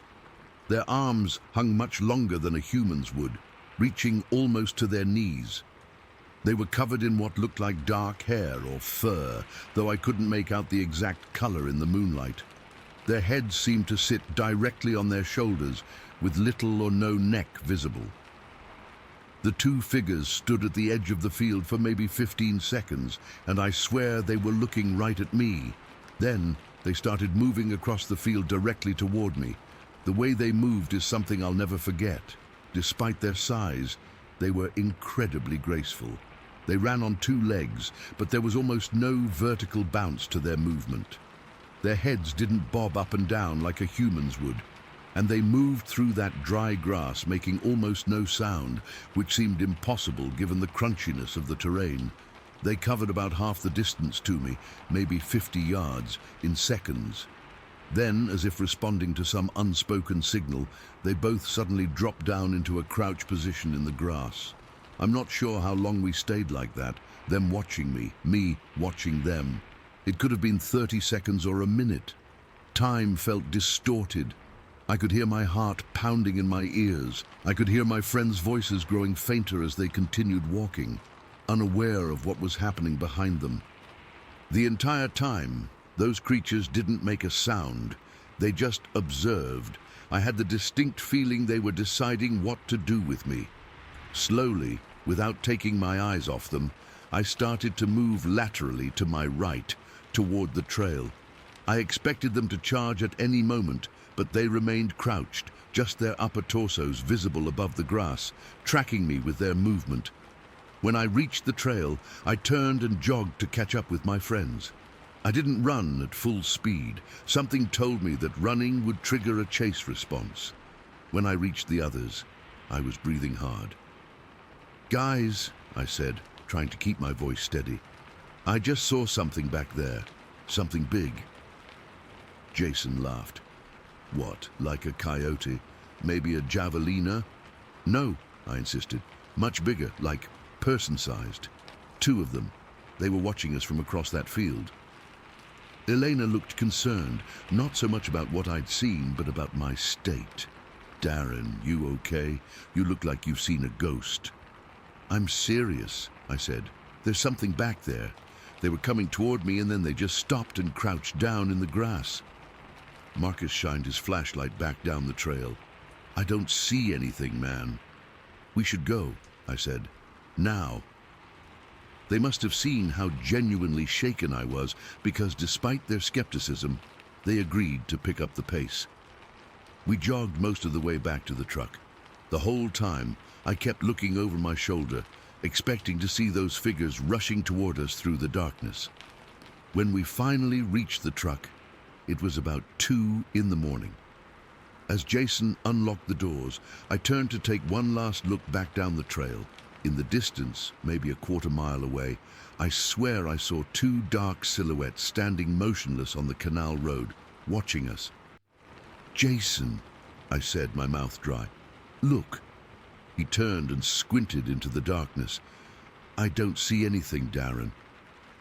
By the time I looked back, the figures were gone. The drive home was tense. My friends tried to rationalize what I'd seen. Maybe it was other hikers, maybe it was shadows playing tricks on me, maybe it was wildlife, but none of their explanations matched what I'd witnessed. "You watch too many of those Bigfoot shows, man," Marcus joked, trying to lighten the mood. That's when it hit me. Bigfoot, Sasquatch. I'd never believed in that stuff, always thought it was just stories made up by attention seekers or people who misidentified bears. But what I saw that night wasn't a bear, it wasn't human, and it moved like nothing I've ever seen in nature. For months after that night, I avoided that area completely. I couldn't bring myself to go back, even in daylight. My friends occasionally mentioned the incident, turning it into a running joke. "Watch out for Darren's monsters," they'd say whenever we'd go hiking elsewhere. About 6 months later, I finally worked up the courage to return to that spot, but only during daylight and only with Jason. We parked at the same hidden spot and walked back to where I'd had the encounter. In daylight, the place looked completely ordinary, just a field of dry grass with some trees and brush on the far side. We walked across to those trees, and I half expected to find some sign, footprints, broken branches, something, but there was nothing conclusive. What we did find, though, was a small area beneath that big tree where the ground was oddly compressed, like something heavy had been sleeping or resting there regularly. And nearby, a half-eaten prickly pear cactus pad with bite marks that seemed too large for the local wildlife. Jason, of course, had explanations for both. Probably javelinas had been sleeping there, and they also could have eaten the cactus. Maybe he was right. But I know what I saw that night. I never went back to that area again. My friends and I still get together sometimes, but we find other places to hike. They've stopped bringing up the incident, probably because they saw how genuinely it affected me. Sometimes I search online for similar encounters in Arizona, but most Bigfoot reports come from northern parts of the state, near the Mogollon Rim or White Mountains, not from riparian areas just outside Phoenix. It makes me wonder if what I saw that night was something different, something local to that specific habitat. The area actually makes a strange kind of sense as a hiding place for something like that. The canal provides a constant water source. The mix of open land and dense vegetation offers both hunting grounds and cover, and it's close enough to civilization to scavenge, but isolated enough that people rarely go there, especially at night. I've spent countless hours replaying that night in my mind, questioning what I saw. Was it really what I think it was? Could I have been mistaken somehow? But the image of those 2 figures emerging from under that tree, the way they moved across that field with such unnatural grace and speed, the feeling of being watched and assessed by something intelligent but not human, those things are burned into my memory. I've never told this story publicly before. My friends who were there that night still don't believe me, and I've learned to stop trying to convince them. But I know what I saw. And sometimes, on October nights when the temperature is just right and the moon is high, I find myself wondering if they're still out there, watching from the brush along the canal, waiting for another group of hikers to wander through what I now can only think of as Sasquatch Field. Story 8. I still can't sleep well, and it's been over 12 years. Sometimes I wake up sweating, thinking I see those yellow eyes reflecting in my bedroom window. I know that's impossible. I live on the 3rd floor of an apartment building now. But what I saw that night on Baseline Road wasn't impossible. It was real, and it changed everything I thought I knew about the world. It happened on March 15th, 2011. That date is burned into my memory like a brand. I was 27 then, working construction jobs around Phoenix. My buddy Carlos and I had finished a late job in Avondale and were heading back to my place in Buckeye. Carlos's car was in the shop, so I'd been giving him rides that week. We decided to take Baseline Road instead of the I-10 because there was some overnight construction causing backups. If we'd just stuck to the interstate like normal people. But we didn't, and that's why I'm writing this now. It was around 2:30 in the morning, dead quiet, pitch black, the kind of dark you only get when you're out in those rural stretches where there aren't any streetlights. The road there runs through farm country, with the Budweiser plant on one side and just fields for miles around. We hadn't passed another car for at least 15 minutes. I was driving my Ford F-250, had it lifted about 6 inches with off-road tires. Carlos was half asleep in the passenger seat. We'd been listening to some old Metallica album, but I'd turned it down because Carlos was nodding off and I was getting tired myself. The only sound was the hum of my truck's engine and the tires on asphalt. My high beams were cutting through the darkness when I first saw it. At first, my brain tried to make sense of what I was seeing. A homeless person, some drunk guy. But within seconds, I knew it wasn't human. At least not any kind of human I'd ever encountered. It was just standing there on the south side of the road, completely still, like it was waiting for something. Like it was waiting for us. I remember gripping the steering wheel tighter as we got closer, slowing down almost automatically. "Carlos," I said, my voice coming out all wrong. "Carlos, look." He stirred and sat up straighter, rubbing his eyes. "What's up, man? We home yet?" "Look at that," I told him, nodding toward the figure now fully illuminated in my headlights. The thing was huge. I mean, not just tall, though it had to be at least 7 feet, but massive. Solid. It was built like a linebacker, but broader, with shoulders that seemed impossibly wide. It was covered in this grayish hair or fur that wasn't shaggy like you see in those fake Bigfoot photos. This was shorter, sleeker, lying flat against its body like a seal's. You could see the muscles underneath moving as it turned toward us. The arms, Jesus, the arms were all wrong. They hung down almost to its knees, way longer than any human proportions. And as my truck got to about 20 or 30 feet away, the creature suddenly moved. I've played football, done track in high school, seen Olympic sprinters on TV. Nothing moves like what I saw that night. 1 second it was standing still, watching us approach, and the next it was sprinting across the field to the south, covering ground in these massive strides that ate up distance like nothing I've ever seen. It wasn't lumbering or awkward. It moved with this fluid, athletic grace that was somehow more terrifying than if it had been clumsy. "What the fuck?" Carlos shouted, pressing himself back against the seat. "What the fuck was that?" I'd slammed on the brakes without even realizing it. My truck skidded slightly, and we were now stopped in the middle of the empty road. My headlights pointing at nothing but empty field, where the creature had disappeared. "Did you see it?" I asked, my voice shaking. "Tell me you saw that." Carlos was pale, his eyes wide. That wasn't a person, man. What the hell was that?" The whole encounter couldn't have lasted more than 6 seconds. It was already gone, disappearing into the darkness beyond my headlights' reach. But in those brief seconds, I'd seen details that I can't forget. The eyes were what got me the most. When it turned to look at us, they caught the light from my high beams and reflected back this yellowish shine, like a cat's eyes, but bigger, more intense. I couldn't make out its face clearly. The lighting, the distance, and how quickly it moved prevented that. But those eyes, they were aware, intelligent. They weren't the eyes of an animal. They knew what they were looking at. I sat there with my hands trembling on the wheel for maybe a full minute before Carlos broke the silence. "Drive, man! Let's get the fuck out of here!" I hit the gas harder than I needed to, and we sped down Baseline Road without talking. The silence in the truck was heavy, both of us processing what we'd just witnessed. Eventually, Carlos spoke again, his voice quieter than before. "You know what that looked like, right? I mean, you know what people would say that was." I nodded but didn't answer.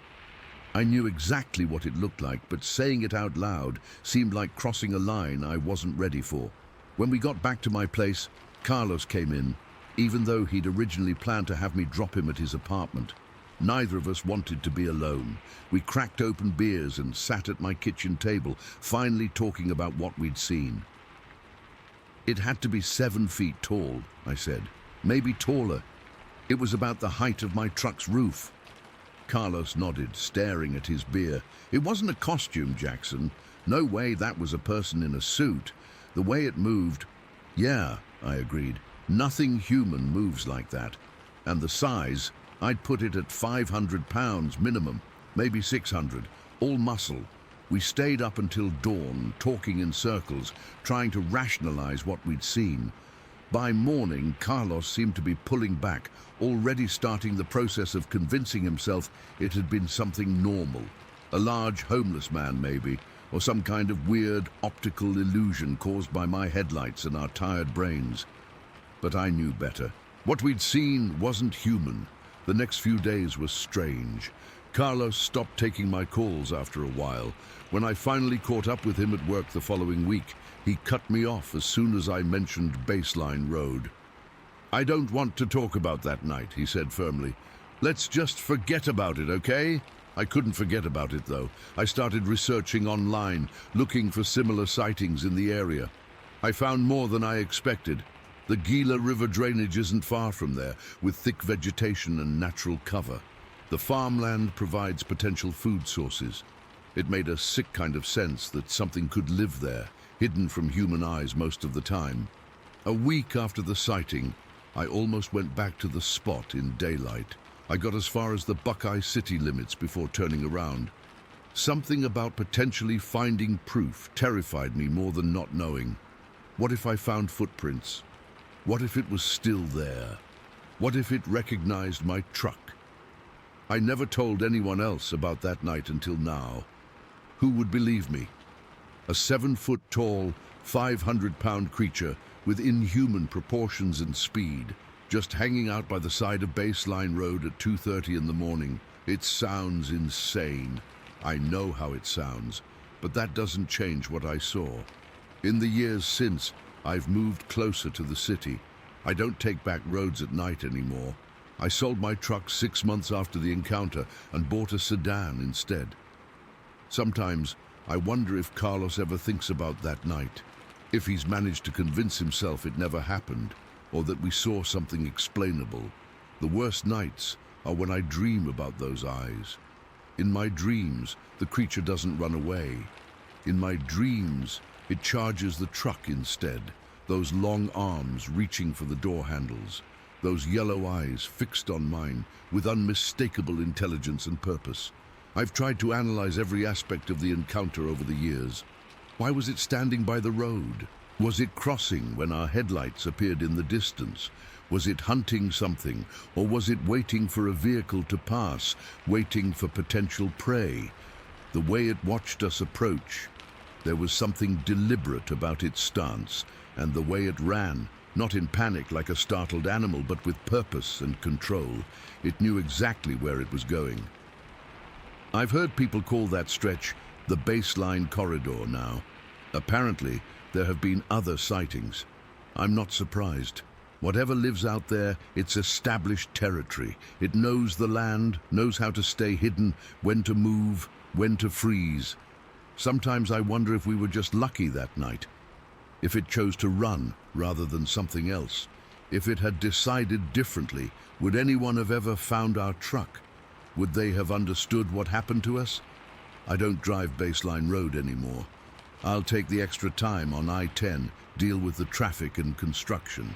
Some places aren't meant for humans after dark, and I think that stretch of road is one of them. It belongs to something else when the sun goes down. What haunts me most isn't just what I saw, but the realization that followed. If this exists, what else might be out there that we don't know about? What other impossible things are walking around in the darkness while we tell ourselves they can't possibly be real?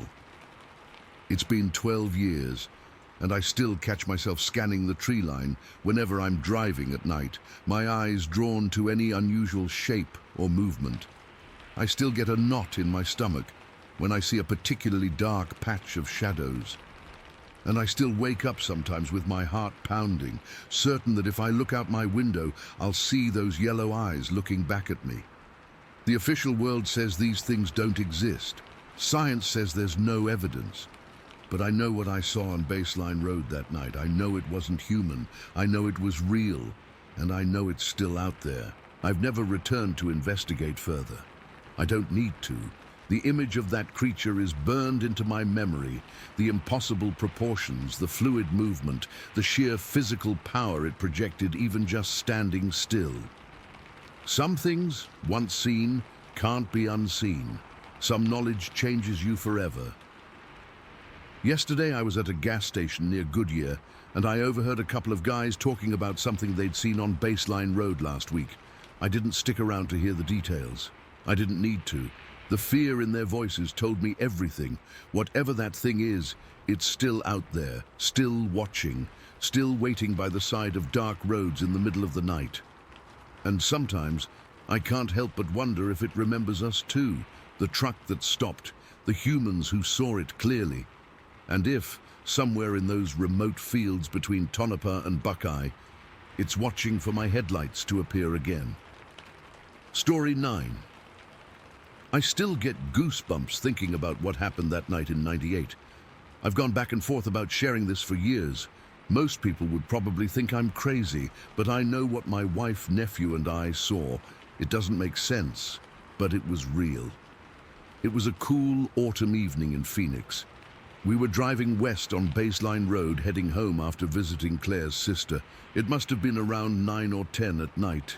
Claire was in the passenger seat, and our nephew Kyle was in the back.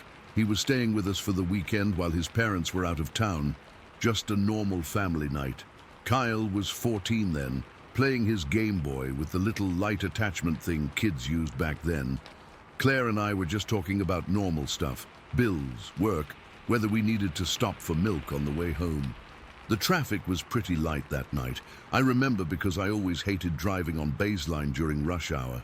We were somewhere between 51st Avenue and 67th Avenue, and I was just cruising at maybe 40 or 45, nothing crazy. The streetlights were spaced pretty far apart in that area back then, so there were these darker patches between them. I noticed a few cars ahead of us start to swerve a little. Not dramatically, just kind of veering slightly into the other lane and then correcting. My first thought was, maybe there was something in the road, a piece of tire from a blowout, or maybe some debris. So I naturally slowed down a bit, I don't know, maybe to 35 or so. Claire was still talking about something, but I'd stopped listening because I was focused on whatever those other cars were avoiding. That's when it happened. This thing just stepped right into the road in front of us. Not running, not darting across, just deliberately walking from the side of the road. I hit the brakes pretty hard, and we all jerked forward. Claire stopped mid-sentence and gasped. I'll never forget the sound she made. Not quite a scream, more like the sound you make when someone jumps out and startles you. "What the hell is that?" I said. I remember my exact words, because Claire immediately said, "Richard, language," even though she was staring at this thing too. Let me be clear about what we saw. This wasn't a deer or a coyote or even a person. This thing was massive. I'm 6 foot tall, and this creature towered over what a person my height would look like standing in the road. It must have been at least 7 or 8 feet tall. And it wasn't just tall, it was broad, solid looking, like a linebacker but bigger. The headlights caught it perfectly as it crossed. It was covered in this dark hair or fur, not like a well-groomed dog or anything. It was kind of matted in places, stringy in others. The color was dark brown, almost black in the headlights. The hair hung longer in some areas, especially around what would be the shoulders and down its back. The way it moved was what really got to me. It wasn't lumbering or awkward like you'd expect something that big to be. It walked smoothly, purposefully, on two legs, completely upright, not hunched over like a gorilla, but straight backed like a person. Each step was deliberate, almost careful, but not slow. Its arms, and they were definitely arms, not front legs, swung naturally at its sides. They were long, hanging down past where its knees would be. I remember gripping the steering wheel so hard, my knuckles turned white. We were maybe 30 feet away from it at this point, just sitting there with the engine running. The creature didn't even look at us. It just kept walking across the road, going from the north side to the south. "Dad, what is that?" Kyle had dropped his game and was pressed against the window, staring. His voice cracked when he spoke, partly from being a teenager, partly from fear. "I don't know," I said, which was the honest truth. I had no idea what I was looking at. As it reached the far side of the road, I could see there was this small canal that runs along that stretch of baseline. Without hesitating, the creature stepped down into it, then up the other side, and kept walking toward the fields that were there at the time. No rushing, no looking back at us or the other cars. Just this steady, purposeful walk. Claire grabbed my arm so hard it left marks. "Richard, turn around now!" Her voice was shaking. I'd never heard her sound like that before. I didn't argue. Something about seeing this thing, whatever it was, had triggered every alarm bell in my body. It wasn't just the shock of seeing something unexpected. It was deeper than that. Some primal part of my brain screaming that this was wrong, that we needed to get away. I did a U-turn right there in the middle of Baseline Road. Didn't even check for traffic, just cranked the wheel and hit the gas. Claire didn't even complain about my driving, which tells you how freaked out she was. As we drove back the way we came, Kyle kept looking out the rear window. "It's gone," he said after a minute. "I can't see it anymore." None of us talked for a few blocks. I think we were all trying to process what we'd just seen. Finally, Claire broke the silence. "What was that thing, Richard?" Her voice was steadier now, but still tight. "I honestly don't know," I told her. And I didn't. I'd grown up in Arizona. I'd spent time hiking in the mountains and the desert. I knew every animal that was supposed to be in this region. That wasn't any of them. "It looked like Bigfoot," Kyle said from the back seat. He said it matter-of-factly, like he was just stating the obvious. Normally, I'd have laughed at something like that. I'm not the type to believe in monsters or cryptids or whatever they call them. But I couldn't laugh, because the kid wasn't wrong. This thing matched every description of Bigfoot I'd ever heard. Tall, hairy, walking upright. "Bigfoot isn't real," Claire said, automatically, but there was no conviction in her voice.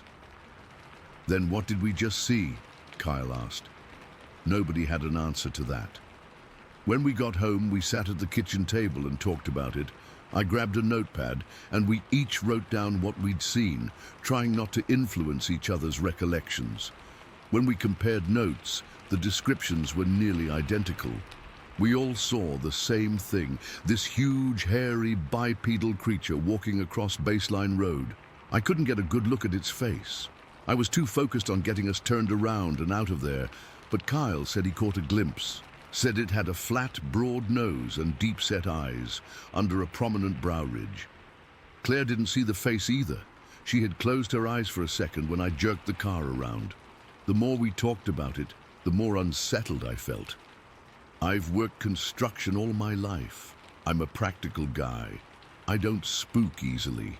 But this thing, seeing it in a place where it absolutely should not have been, just a few miles from our house in suburban Phoenix, it shook me. I remembered some stories I'd heard years earlier. I have some friends on the Gila River Reservation. And there were always these tales about tall creatures out in the more remote areas. They called them something else, not Bigfoot, but the descriptions were similar. Tall, hairy beings that walked upright and avoided people. I'd always written those off as campfire stories or traditional legends. Now I wasn't so sure. We debated whether to report it to someone. The police, they'd think we were crazy or drunk. Wildlife services, same problem. What would we even say? Excuse me, we just saw Bigfoot crossing Baseline Road. Yeah, that would go over well. In the end, we decided to keep it to ourselves, at least for the time being. Kyle promised not to tell his parents when they got back. I think he knew they wouldn't believe him anyway. I couldn't sleep that night. I kept replaying the image in my head. This massive figure silhouetted in our headlights, moving with that strange, deliberate grace. I got up around 3 in the morning and found Claire sitting at the kitchen table with a cup of tea. She couldn't sleep either. "Do you think we're crazy?" she asked me. "No," I said. "We all saw the same thing." "But it can't be real," she insisted. "Those things don't exist." I didn't have an answer for her. All I knew was what I saw. The next day, I drove back to that stretch of road alone. It was different in the daylight. Just a normal suburban street with houses and businesses. The canal was there, just like I remembered, but there was no sign that anything unusual had crossed there. No footprints, no broken vegetation, nothing. I don't know what I expected to find. Over the next few weeks, I kept an eye on the local news, looking for any reports of strange sightings in the area. Nothing. I even called a buddy at the sheriff's department, casually asking if there had been any unusual reports from that area. He said no, just the usual stuff. Minor traffic accidents, a couple of break-ins. Nothing about giant hairy creatures crossing Baseline Road. I started researching, going to the library, this was before we had good internet at home, and looking up information about Bigfoot and similar creatures. I found out there had been other sightings in Arizona over the years, mostly in the more remote mountainous regions. Nothing in Phoenix itself, at least nothing documented. I discovered that some researchers call the general area the Phoenix Basin Bigfoot Corridor, suggesting there's some kind of migration pattern or territory that stretches from the mountains down into the more populated areas. That seemed far-fetched to me, but then again, so did seeing what we saw. Claire wanted to forget about the whole thing.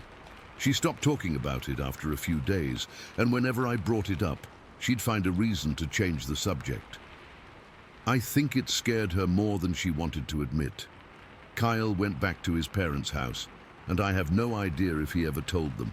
If he did, they never mentioned it to us. But I couldn't let it go. I started driving that stretch of Baseline Road more often, always around the same time of night. Claire thought I was obsessed, and maybe I was. But I needed to know if it was still out there, if what we saw was real or some collective hallucination. I never saw it again on those drives. But about 2 weeks after our encounter, I was at a job site near South Mountain, and I got talking with one of the other guys during lunch. Somehow the conversation drifted to strange things we'd seen, and I made a vague comment about seeing something weird on Baseline Road. He got real quiet, then asked me exactly where and when. I told him, and he nodded slowly. "My cousin saw something like that about a year ago," he said, keeping his voice down so the others wouldn't hear. "Out by the river. Said it was huge, covered in hair. Nobody believed him." "Did he get a good look at it?" I asked. "Good enough to have nightmares for months," the guy told me. "Said it had these eyes that he said they looked too intelligent, you know? Not like an animal."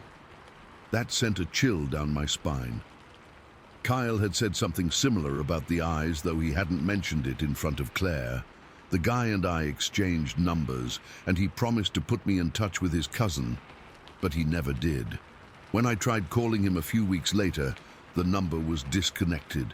It's been over 20 years now since that night on Baseline Road. The area has developed even more. There are more businesses, more houses, fewer open fields. That canal is still there, though. Sometimes I drive by it and wonder. Claire and I don't talk about it anymore. Kyle's grown up now, has kids of his own. Last time we saw him, maybe 5 years ago, he pulled me aside and asked if I remembered that night. I told him I did. "I've never seen anything like it since," he said, "but I know what we saw." I just nodded. "I've thought about reaching out to researchers or those Bigfoot hunter types you see on TV, but what's the point? We have no evidence, just our story. And stories are easy to dismiss. But here's the thing, I know what I saw. It wasn't a person in a costume. The movement was too natural, too fluid. It wasn't a bear standing on its hind legs. The proportions were all wrong, and bears don't walk like that for any distance. It wasn't any known animal. After all these years, the image is still crystal clear in my mind. This massive figure stepping deliberately across the road, completely out of place in suburban Phoenix, yet moving like it knew exactly where it was going. Like it had traveled that route before and would travel it again. Sometimes when I'm driving alone at night, I find myself scanning the edges of the road, half expecting to see it again. I never have, but I know it's out there somewhere, moving through places where it shouldn't exist, defying explanation. And every time I hear stories about strange sightings in Arizona, I think back to that cool autumn night when something impossible crossed our path on Baseline Road. I don't expect anyone to believe me. Hell, there are days I'm not sure I believe it myself. But Claire saw it, Kyle saw it, I saw it. 3 people, same thing, same time. That has to count for something, right? And sometimes, on nights when I can't sleep, I wonder, did other drivers see it too? Are there other people out there with the same memory, the same story, who also stay silent for fear of ridicule? Or was there something special about us, about that night, that allowed us to glimpse something most people never see? I don't have answers, just questions and the unshakable memory of something that shouldn't exist, crossing Baseline Road on an ordinary autumn night in Phoenix, Arizona. Story 10. I still can't believe what I saw that night. It's been over 20 years, and I've tried to convince myself it was just a bear or something normal. But I know what I saw. It was late on a Saturday night in November 2002. My buddy Mike and I were heading back from a party in Ahwatukee, taking the long way around South Mountain. It was stupid late, like 2 a.m. or something. But we weren't ready to go home yet. We were both 22. I had my crappy old Honda Civic, and we were just cruising with the windows down, feeling the cool desert night air. November in Phoenix is perfect. Not freezing cold yet, but not the hellish heat of summer either. We'd taken this winding back road that skirts the southern edge of South Mountain Park. If you're not from Phoenix, South Mountain is this massive preserve right at the edge of the city, over 16,000 acres of desert wilderness with all these hiking trails and stuff, but we were on one of those roads where there's desert on one side and some scattered farms and canal systems on the other. The road was completely empty. No streetlights out there, just my headlights cutting through the darkness. We'd been talking about nothing important, work stuff, girls, the usual crap, when I had to slow down at this bend in the road. That's when we saw it. My headlights caught something moving across the road about 50 yards ahead. At first, I thought it was a person, but something was immediately wrong. The way it moved wasn't right. It was big, way bigger than a person, and it was kind of hunched over, moving in this weird, fluid motion, not like a deer or coyote or anything I'd ever seen in Arizona. "What the fuck is that?" Mike said, leaning forward in his seat. I slowed down even more, not wanting to hit whatever it was. As we got closer, I could make out more details, and that's when my stomach dropped. This thing was massive, easily 7 feet tall if it stood upright, but it was moving low to the ground, almost like a gorilla does when it's using its knuckles, but not exactly. It was sort of dragging its front limbs, but moving fast. Its body was covered in what looked like black fur, not just dark, but pitch black, absorbing the light from my headlights. It had this broad back and powerful-looking shoulders, way more muscular than a human. We were maybe 30 feet away when it turned and looked directly at us.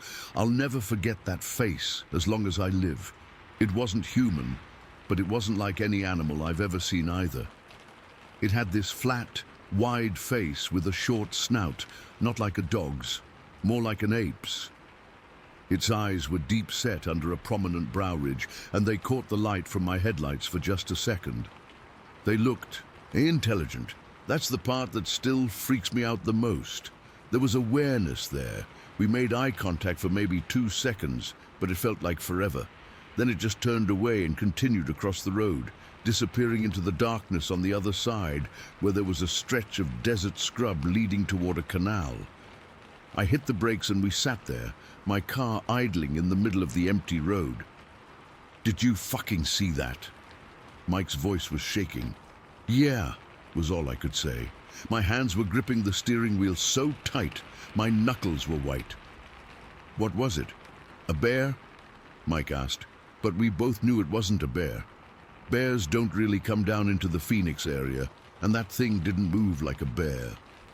"I don't know, man," I said, but I don't think it was a bear.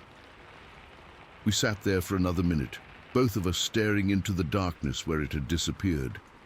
I had this crazy urge to follow it, to see where it went, but something primal in my brain was screaming at me not to. Whatever that thing was, every instinct I had told me to stay away from it. Eventually, I put the car in gear and we drove home in almost complete silence. When I dropped Mike off, he just said, "Let's not talk about this, okay? People will think we're crazy or we're drunk or something." I agreed, but I couldn't stop thinking about it. I didn't sleep that night. I kept replaying those few seconds in my mind, the way it moved, that face, those eyes. I even sketched what I saw, trying to make sense of it. The drawing looked like some kind of bizarre hybrid between a human and an ape, but not quite either one. For weeks afterward, I scoured the internet for reports of strange animals in the South Mountain area. I found a few vague stories about weird sightings, but nothing concrete. I actually drove back to that spot several times in daylight, looking for tracks or any evidence, but found nothing. I didn't tell anyone else about it for months. But then, at a family barbecue the following summer, my grandfather started telling stories about the old days in Phoenix. He mentioned my Uncle Gabriel and some weird experiences he'd had. My ears perked up immediately when he said, "Gabe swears he saw something strange out by South Mountain a few years back, some kind of creature crossing the road early in the morning." I nearly choked on my beer. "What kind of creature?" I asked, trying to sound casual. My grandfather shrugged.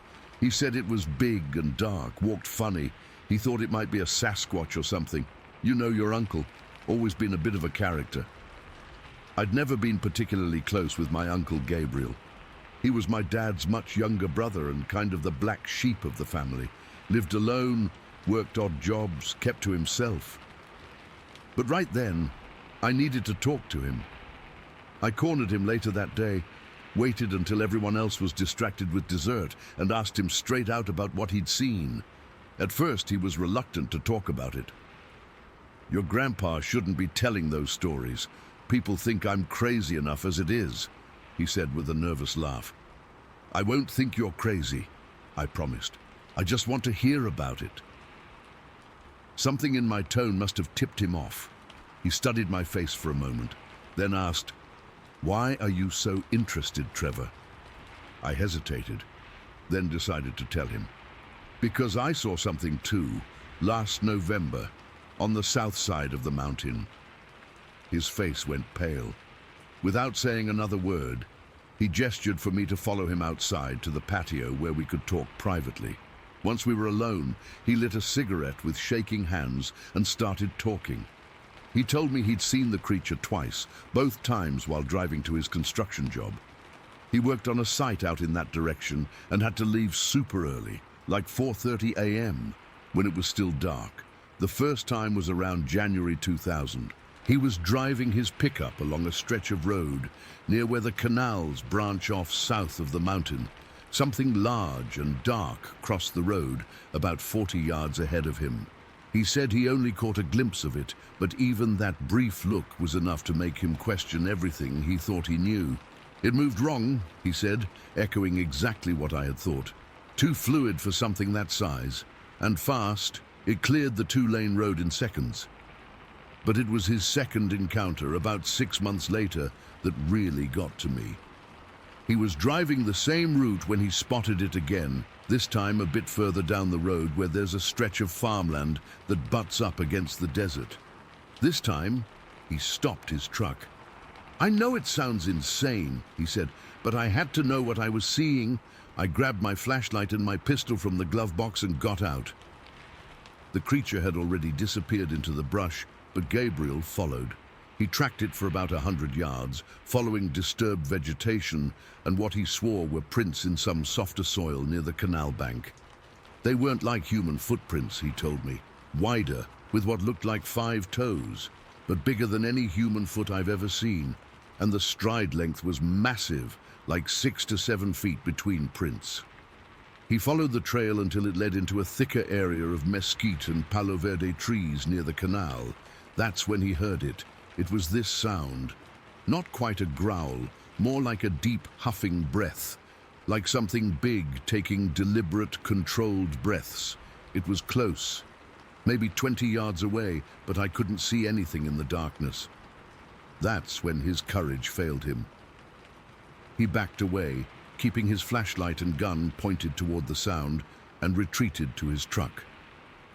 I sat there for maybe 15 minutes, engine running, lights on, just watching. I never saw it again, but I know it was watching me. I could feel it. As he told me this, I felt a chill run down my spine. It was almost exactly what we had seen. The size, the movement, the way it held itself, the face. "Did you see its face?" I asked. Gabriel nodded slowly. "Just for a second, when my headlights hit it. Flat, wide face, deep-set eyes. Not like anything that should be in Arizona." We talked for over an hour. He'd done research too, looked into reports of unexplained creatures. There were a handful of sightings in that general area over the years. Vague reports of something large and dark moving through farmland or along the canals. Locals had taken to calling it the South Mountain creature, though most people treated it as just another urban legend.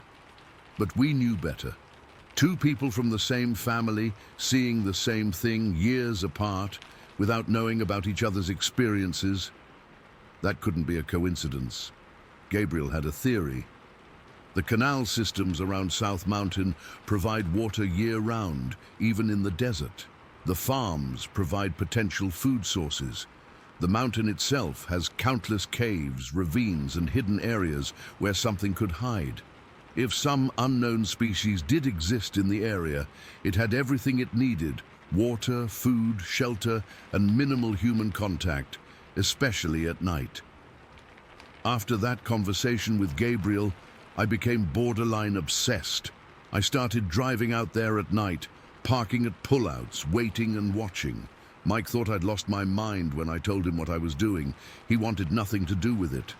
"That thing gave me nightmares for weeks," he said. "I'm not looking for it, but I couldn't let it go. I needed to know what we'd seen. Was it some undiscovered species, an escaped exotic pet that had somehow survived and grown in the wild, or something else entirely?" I spent probably 20 nights out there over the next few months, always after midnight, always alone. I never saw it again, but there were moments. Moments when the night would go completely silent. When even the insects would stop chirping all at once, when I'd get this feeling of being watched that was so intense I could barely breathe. Twice I found what might have been tracks, large depressions in the soft soil near the canal bank, spaced far apart, like something heavy had moved through quickly, but they weren't clear enough to photograph or make casts of, just vague impressions that could have been anything. The closest I came to another encounter was in February 2003. I was parked near one of the canal access roads around 1 a.m., just sitting in my car with the windows down, listening. It was one of those perfectly still desert nights where sound carries forever. I heard something moving through the brush about 50 yards away, not small like a rabbit or coyote, but heavy enough to snap branches. Then came that sound Gabriel had described, that deep, huffing breath. 3 distinct huffs, then silence. My heart was pounding so hard I could feel it in my throat. I had my flashlight ready, but something kept me from turning it on. Some instinct told me that whatever was out there in the darkness, it didn't want to be seen. And maybe I didn't want to see it either. Not up close, not alone, not in the middle of the night with no one knowing where I was. I started my car and drove away, watching my rearview mirror the whole time. I never saw anything, but that feeling of being watched didn't leave me until I was miles away. That was the last time I went looking. It finally hit me how dangerous what I was doing really was. If that thing was real, and I believe it was, then I was deliberately putting myself in its territory, alone, at night. Whatever it was powerful. Just the memory of those shoulders, that fluid movement, made me realize how easily it could have hurt me if it wanted to. Over the years, I've heard a few more stories from people in the area. A hiker who swore something followed him for a mile along a South Mountain trail at dusk. A canal maintenance worker who found a deer carcass wedged in a tree 15 feet off the ground. A farmer who said something was taking his chickens but getting past his dogs without waking them. Small stories, easy to dismiss individually. But together, along with what Gabriel and I saw, it paints a picture of something living on the edges of our awareness. I'm 43 now. I've got a family, a normal life. I don't go looking for monsters in the dark anymore, but I still can't drive that stretch of road at night. I still wake up sometimes from dreams where I'm being watched by those deep-set eyes. I don't know what the South Mountain creature is. I don't know if it's still out there, moving through the darkness just beyond the city lights. Part of me hopes someone else will see it someday and get proof. Another part of me hopes nobody ever encounters it again, because there are things in this world that defy explanation, things that remind us that for all our cities and technology, we don't know everything. We haven't catalogued every living thing. There are still mysteries out there in the dark, and sometimes on cool November nights when the moon is hidden and the desert is silent, I find myself looking towards South Mountain and wondering if it's out there, watching the city lights, moving silently through its territory, crossing paths with humans, only when it has no other choice. I know what I saw. I just don't know what it was. Story 11. I've been a wilderness guide in northern New Mexico for almost 15 years now. But what happened that Thursday night in early July 2007 still makes my skin crawl whenever I'm driving those remote county roads after dark. I've tried to rationalize it countless times, but I keep coming back to the same conclusion. What Rebecca and I saw wasn't any animal I've ever encountered in these woods. That morning, I'd driven out to set up a tent at this small, unmarked campground about 40 minutes from Cuba. I guide weekend trips for tourists and amateur hikers, and I always like to have everything ready before my clients arrive. The spot was perfect. Secluded, beautiful views, and just the right distance from civilization to feel like a real wilderness experience without being dangerously remote. After setting up, I headed back to town to finish some paperwork and pick up supplies. Rebecca, my girlfriend at the time, was visiting from Colorado for the week. She'd been wanting to see some of the places I worked, so when I mentioned needing to check on the campsite that evening, she was eager to come along. We left Cuba around 10:30 that night. In retrospect, maybe we should have waited until morning, but the weather was clear, and I'd made that drive countless times. Rebecca was leaving the following afternoon, so this was her only chance to see it. The roads out there are mostly unpaved, winding through dense forest with hardly any other traffic, especially at night. We were chatting about nothing important as we reached the junction of county roads 77 and 12 at about 11:15. It's a distinctive spot. The roads meet at an odd angle, and there's an old wooden sign that's weathered almost to illegibility. About half a mile past that junction, the road curves gently to the right, with a thick stand of trees on the outer edge of the bend. I know every inch of these forests. That particular stand is mostly ponderosa, with some big white pines mixed in. The trees there are massive, old growth that somehow escaped logging operations decades ago. The undergrowth is pretty thick with smaller saplings, which makes visibility near the ground level limited, especially at night. As we rounded that curve, our headlights swept across the tree line, and we both went silent mid-sentence. Something moved. Something big. It was maybe 100 yards from the road, and it moved quickly behind one of the largest pines. The movement was deliberate, not like a startled deer or even a bear. There was purpose to it. My headlights were adjusted downward because I'd been towing a trailer earlier that day, so they only partially lit up whatever it was. But I clearly saw the upper portion of something shift behind that tree. It was dark brown, almost black in the limited light, and completely solid in color. No variations, no distinct limbs visible, just this massive shape. "Did you see that?" Rebecca whispered, her hand suddenly gripping my arm. I nodded, slowing the truck to a crawl. The movement had lasted maybe 2 or 3 seconds, then nothing. Complete stillness. But what really stuck with me was the width of whatever we'd seen. I've spent my life outdoors. I know what elk look like, what bears look like. This was at least twice as wide as a grown man, and the way it moved, elk don't hide behind trees like that. They either freeze or bolt. This thing deliberately concealed itself. The pine it hid behind was enormous. I'd guess the trunk was maybe 30 to 36 inches in diameter, but whatever we saw disappeared completely behind it. There was nothing visible on either side of the tree.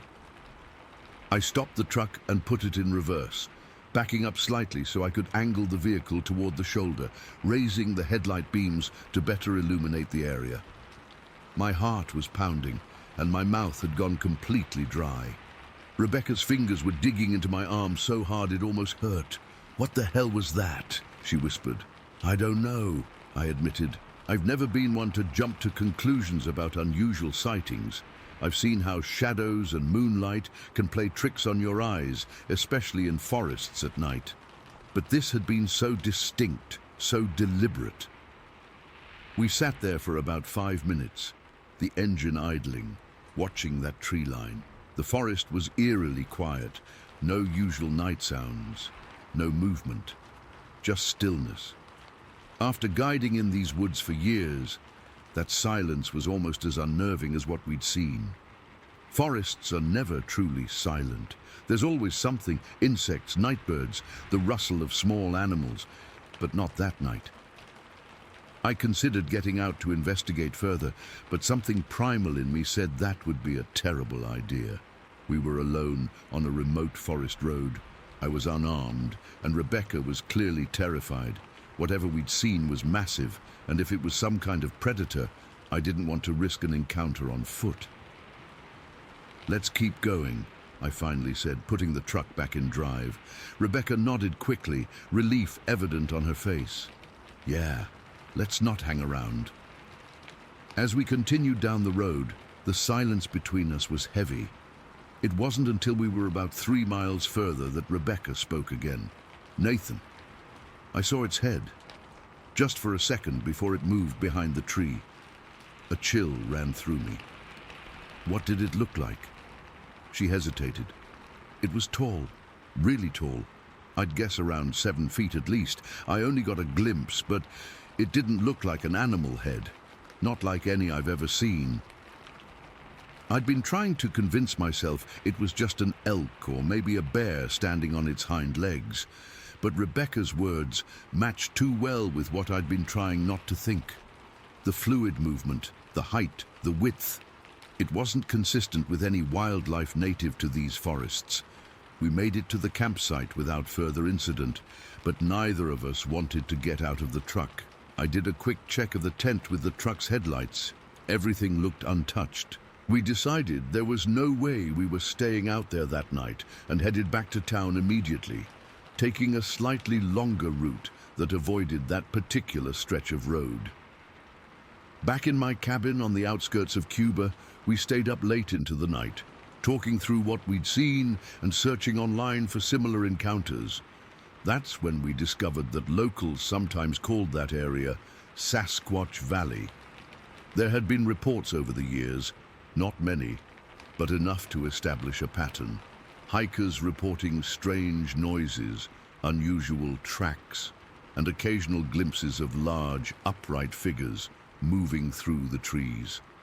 I've always been skeptical about Bigfoot stories. I'm still not sure what to believe, but I know what I saw. In the following weeks, I went back to that spot several times during daylight hours. I examined the tree line, looked for tracks or broken branches, anything that might explain what we'd seen. I found nothing conclusive, just some unusually large depressions in the soil that could have been footprints degraded by rain, but could just as easily have been something else entirely. Rebecca left the next day as planned, but our relationship didn't last much longer after that night. The experience had shaken her more deeply than she wanted to admit, and she couldn't understand why I kept returning to those woods, leading trips through areas where something unexplained was possibly lurking. But that's the thing about an encounter like this. Once you've experienced it, you need answers. I've guided dozens of trips through that region since then. I've never seen anything like what we witnessed that night, but there have been moments, strange sounds carrying through the trees at dusk, the sudden cessation of bird calls for no apparent reason, the prickling sensation of being watched. Last autumn, I was guiding a small group about 3 miles from that same spot when we found a strange arrangement of broken branches high up in the trees, 15 feet above ground level at least, snapped in a way that couldn't have been caused by wind or natural breakage. One of my clients, a wildlife biologist from Colorado State, couldn't explain it either. I still drive that road regularly. I keep my eyes on that stand of trees every time I pass. I've never again seen whatever was there that night, but I know it saw us. I know it was intelligent enough to hide. And sometimes when I'm out in those woods alone at dusk, I can't shake the feeling that I'm still being watched. The locals don't talk much about the things they've seen in those woods. Most of the old-timers just give knowing looks when outsiders bring up strange encounters. The forest has its secrets, an elderly Navajo man told me once when I carefully described what I'd seen. He wouldn't elaborate further. I've been a practical, level-headed person my entire life. I deal in facts and observable phenomena.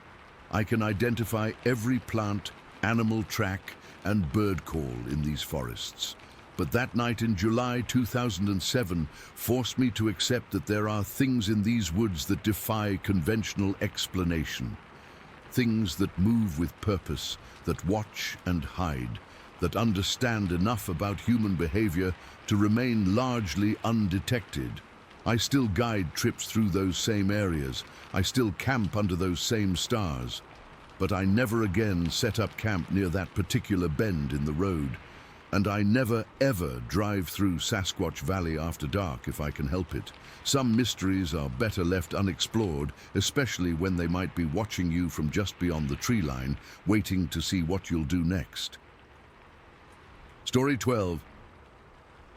I've never told this story to anyone outside my closest friends and family. I'm still not sure what to make of it, even after all these years. But with all the similar experiences I've been reading here, I figured it's time to share what happened to me and my buddies back in the summer of '83. I was 22 at the time. My friends Michael, James, and I had been planning this camping trip for months. Michael and I had been friends since high school, and we met James in our first year of college. I'm Daniel Whitefeather, by the way. My grandfather was full Navajo, and he used to tell me stories about the wilderness and the creatures that lived there. I never took those stories seriously back then. Now I'm not so sure. We had our hearts set on exploring the Santa Fe National Forest in northern New Mexico. It was summer break, and we wanted one last adventure before our final year of college. The place was beautiful. Tall pines, aspen groves, and incredible views of the mountains. But that summer, wildfires had ravaged parts of the forest, and many areas were restricted or completely closed off. We loaded up Michael's old Ford Bronco with our gear early on a Friday morning. The plan was to hike to this spot Michael had heard about from his cousin, a small lake hidden deep in the forest where the fishing was supposed to be incredible. We were all excited, talking non-stop about what we'd do once we got there.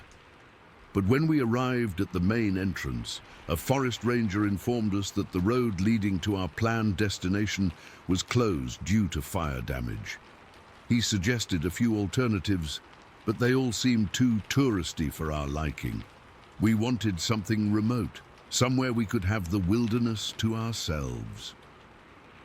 After studying our maps for about half an hour, James spotted a dirt road that seemed to lead into a less traveled section of the forest. "What about this?" he said, pointing to a thin line winding between contour lines that indicated a canyon. "Looks like we could find a spot down there." Michael and I agreed, and we headed off, following the main paved road for about 20 miles before turning onto a rough dirt track that didn't look like it had seen much traffic recently. The Bronco bounced and rattled as we made our way deeper into the forest. Tall pines lined both sides of the road, their branches creating a tunnel that blocked out much of the sunlight. After about an hour of slow driving, the road widened slightly near the edge of what appeared to be a canyon. We could see through breaks in the trees that the land dropped away steeply, about 50 feet from the road. "This looks good," Michael said, pulling over. "We've got water access if we hike down the canyon, and plenty of flat ground here for the tent." The spot was perfect, secluded, quiet, with nothing but the sound of birds and the wind in the trees. We set up our campsite about 20 feet from the edge of the canyon. It was a small dome-style tent, just big enough for the three of us, with a mesh ceiling that would allow us to see the stars at night. We spent the afternoon gathering firewood, setting up our cooking gear, and exploring the immediate area. As evening approached, we built a decent-sized campfire and cooked some hot dogs and beans. The conversation flowed easily as we reminisced about previous trips and talked about our plans after graduation. I remember feeling so at peace, so connected to both my friends and the wilderness around us. The sun set behind the mountains, painting the sky in brilliant oranges and purples before darkness fell. By 10 o'clock, we were all getting tired. We extinguished the fire carefully, making sure it was completely out before crawling into our sleeping bags inside the tent. Through the mesh ceiling, we could see thousands of stars twinkling in the clear night sky. The moon was nearly full, casting a silvery glow over the forest. I drifted off to sleep, feeling content and grateful for this moment of escape from the real world. I don't know exactly what time it was when I woke up. All I know is that something pulled me from a deep sleep so suddenly that for a moment I had no idea where I was.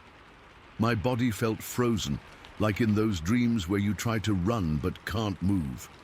My eyes snapped open, and that's when I saw it. Standing directly over our tent, clearly visible against the moonlit sky, was a massive figure. The moonlight was behind it, casting it in silhouette, but I could make out its shape perfectly. It was enormous, at least 8 feet tall, probably taller. But what struck me most wasn't just its height, it was the shape of its head.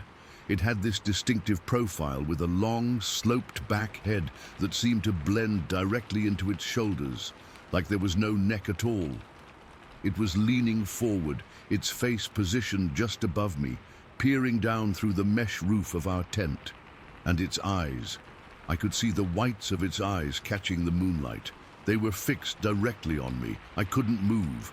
I couldn't scream. I just lay there, staring up at this thing as it stared back at me. Time seemed to stretch out forever, but it was probably only about 30 seconds that we locked eyes. Then, without any sound, it turned and moved away from the tent, disappearing into the darkness beyond. The moment it was gone, my voice came back to me, and I shouted, sitting bolt upright in my sleeping bag.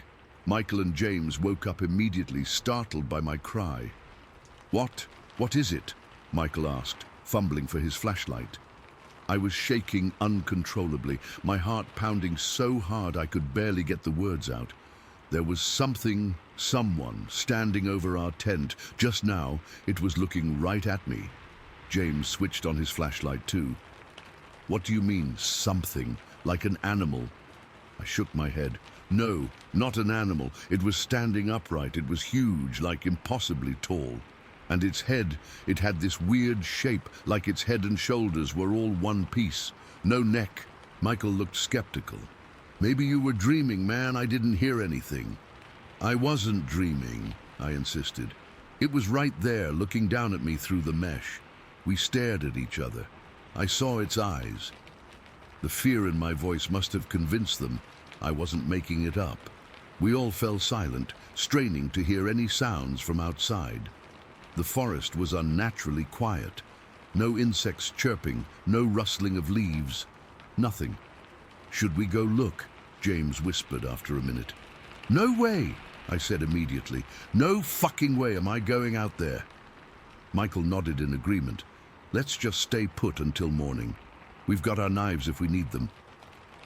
None of us slept for the rest of the night. We sat huddled in our sleeping bags, flashlights on, talking in hushed voices about what I'd seen. I described every detail I could remember: its height, the shape of its head, its eyes. The more I talked about it, the more certain I became that what I'd seen wasn't human. When the first light of dawn finally filtered through the trees, we cautiously unzipped the tent and stepped outside. The morning was crisp and clear, with no sign of anything unusual. We searched the ground around our campsite for footprints, but found nothing conclusive, just some areas where the pine needles seemed disturbed. "What do you want to do?" Michael asked me. "Should we pack up and leave?" Part of me wanted to get out of there as fast as possible, but another part felt strangely compelled to stay, to try to make sense of what had happened. "Let's stay," I said finally. "It didn't hurt me, right? It just looked at me." James and Michael exchanged glances but agreed to stay. We spent the day hiking down into the canyon, fishing in the small stream at the bottom and trying to act normal. But I could tell we were all on edge. Every snapping twig, every rustle in the underbrush made us freeze and look around nervously. That night, none of us wanted to sleep in the tent. We built a large fire and decided to take watches, with one person staying awake while the others tried to sleep. I took the first watch, sitting with my back against a tree, staring into the darkness beyond the firelight. About an hour into my watch, I heard something moving in the forest. It wasn't close, maybe 100 yards away, but I could hear branches breaking, like something large was making its way through the trees. I woke Michael and James, and we all listened together, our eyes straining to see into the darkness. The sounds continued for maybe 5 minutes, then stopped. We waited, hardly daring to breathe, but heard nothing more. Eventually, Michael and James drifted back to sleep, but I remained awake, too wired with adrenaline to even consider closing my eyes. The next morning, we decided we'd had enough.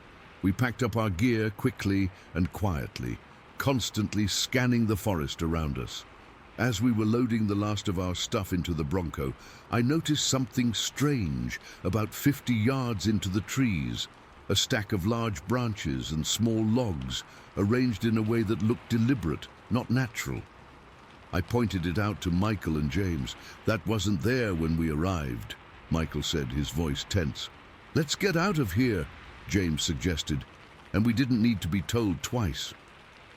As we drove away, I kept looking back through the rear window, half expecting to see something emerge from the trees, but there was nothing. just the quiet, ancient forest watching us leave. For weeks afterward, I had trouble sleeping. Every time I closed my eyes, I saw that silhouette leaning over our tent, those eyes staring down at me. I researched local legends and folklore, trying to find something that matched what I'd seen. What I discovered disturbed me even more. The Navajo have stories about tall, hair-covered beings that live in the remote areas of the forest. They're said to be territorial, but generally avoid humans unless provoked. The Spanish settlers called them El Hombre Grande del Bosque, the big man of the forest. Most interestingly, many accounts described them as having that same distinctive head shape I had seen, sloped back with no clear neck. About a month after our trip, James called me in a state of agitation. He had gone hiking alone in a different part of the Santa Fe National Forest, near the slopes west of Picos Baldis. He told me that while making his way through a stand of aspens, he'd experienced an overwhelming sensation of being watched. He said it was so intense that he had to stop and scan his surroundings, though he saw nothing unusual. "It was the weirdest feeling, Daniel," he told me. "Like someone was drilling holes in the back of my head with their eyes. I even started singing out loud just to break the silence. It felt like whatever was watching me was just waiting for me to be alone." Later, James discovered that the area had a long history of strange reports and sightings. Locals even had a name for the place where we'd camped: Whispering Pines Canyon. Apparently, we weren't the first people to have unusual experiences there. That was almost 40 years ago now. I've been back to the Santa Fe National Forest many times since then, but I've never returned to that specific spot. Sometimes, when I'm alone in the wilderness, I get that same feeling James described, like something is watching me from just beyond my sight. I don't know what was looking down at me through the mesh of our tent that night, but I know it was real. Whatever it was, it seemed curious rather than threatening, but the encounter left me with a profound sense that there are things in this world that defy explanation, things that exist in the spaces between what we know and what we fear. I still wake up sometimes in the dead of night with the distinct impression that something is standing over my bed, watching me. And in those moments, I'm right back in that tent, staring up at a creature that shouldn't exist, wondering if this time it might decide to do more than just look. Story 13. I've never told this story online, but after lurking here for a while, I think people might actually believe me. This happened to me in the spring of 1996, and I swear every word of it is true. I've questioned my own sanity about it for years, but I know what I saw. I was a sophomore at Ole Miss back then, and I was driving home for spring break. My parents lived in a small town in northern Louisiana, about a 4-hour drive from campus. Normally I'd take the main highways, but there was this massive construction project happening on I-55 that was causing huge delays. My roommate had gotten stuck in it for 3 extra hours the weekend before, so I decided to try some back roads instead. I spent like an hour with actual paper maps. This was before smartphones, remember, planning my route. I was pretty proud of myself for figuring out this alternative way home that would avoid all the construction. I even photocopied my route and gave it to my sister, Amber, because our parents were always paranoid about us driving alone. Looking back, I wish I'd just stayed on the main roads with all the other cars. My last exam finished late, so I didn't leave campus until around 10 at night. I wasn't worried though. I'd made this drive plenty of times, and I had a thermos full of coffee and my favorite mixtapes. My car was this beat-up 1987 Honda Civic that had seen better days, but it was reliable enough. The first couple hours were fine. The back roads were pretty empty, which was nice. No traffic, just me and my music. I crossed the Mississippi state line into Louisiana around midnight, and that's when the roads got really rural. I'm talking narrow 2-lane country roads with no streetlights, dense forest on both sides, and barely any houses. But I wasn't scared yet, just focused on following my directions and making good time. Around 2 in the morning, I was starting to get tired. The coffee was wearing off, and I was probably about an hour from home. I had my brights on because it was so dark, and I was doing maybe 45 miles per hour. The road was completely straight for this stretch, cutting through thick pine forest on both sides. That's when I first saw it. In the distance, my headlights caught something on the road. At first, I thought it was a deer. We have tons of them in Louisiana, and they're always jumping out in front of cars.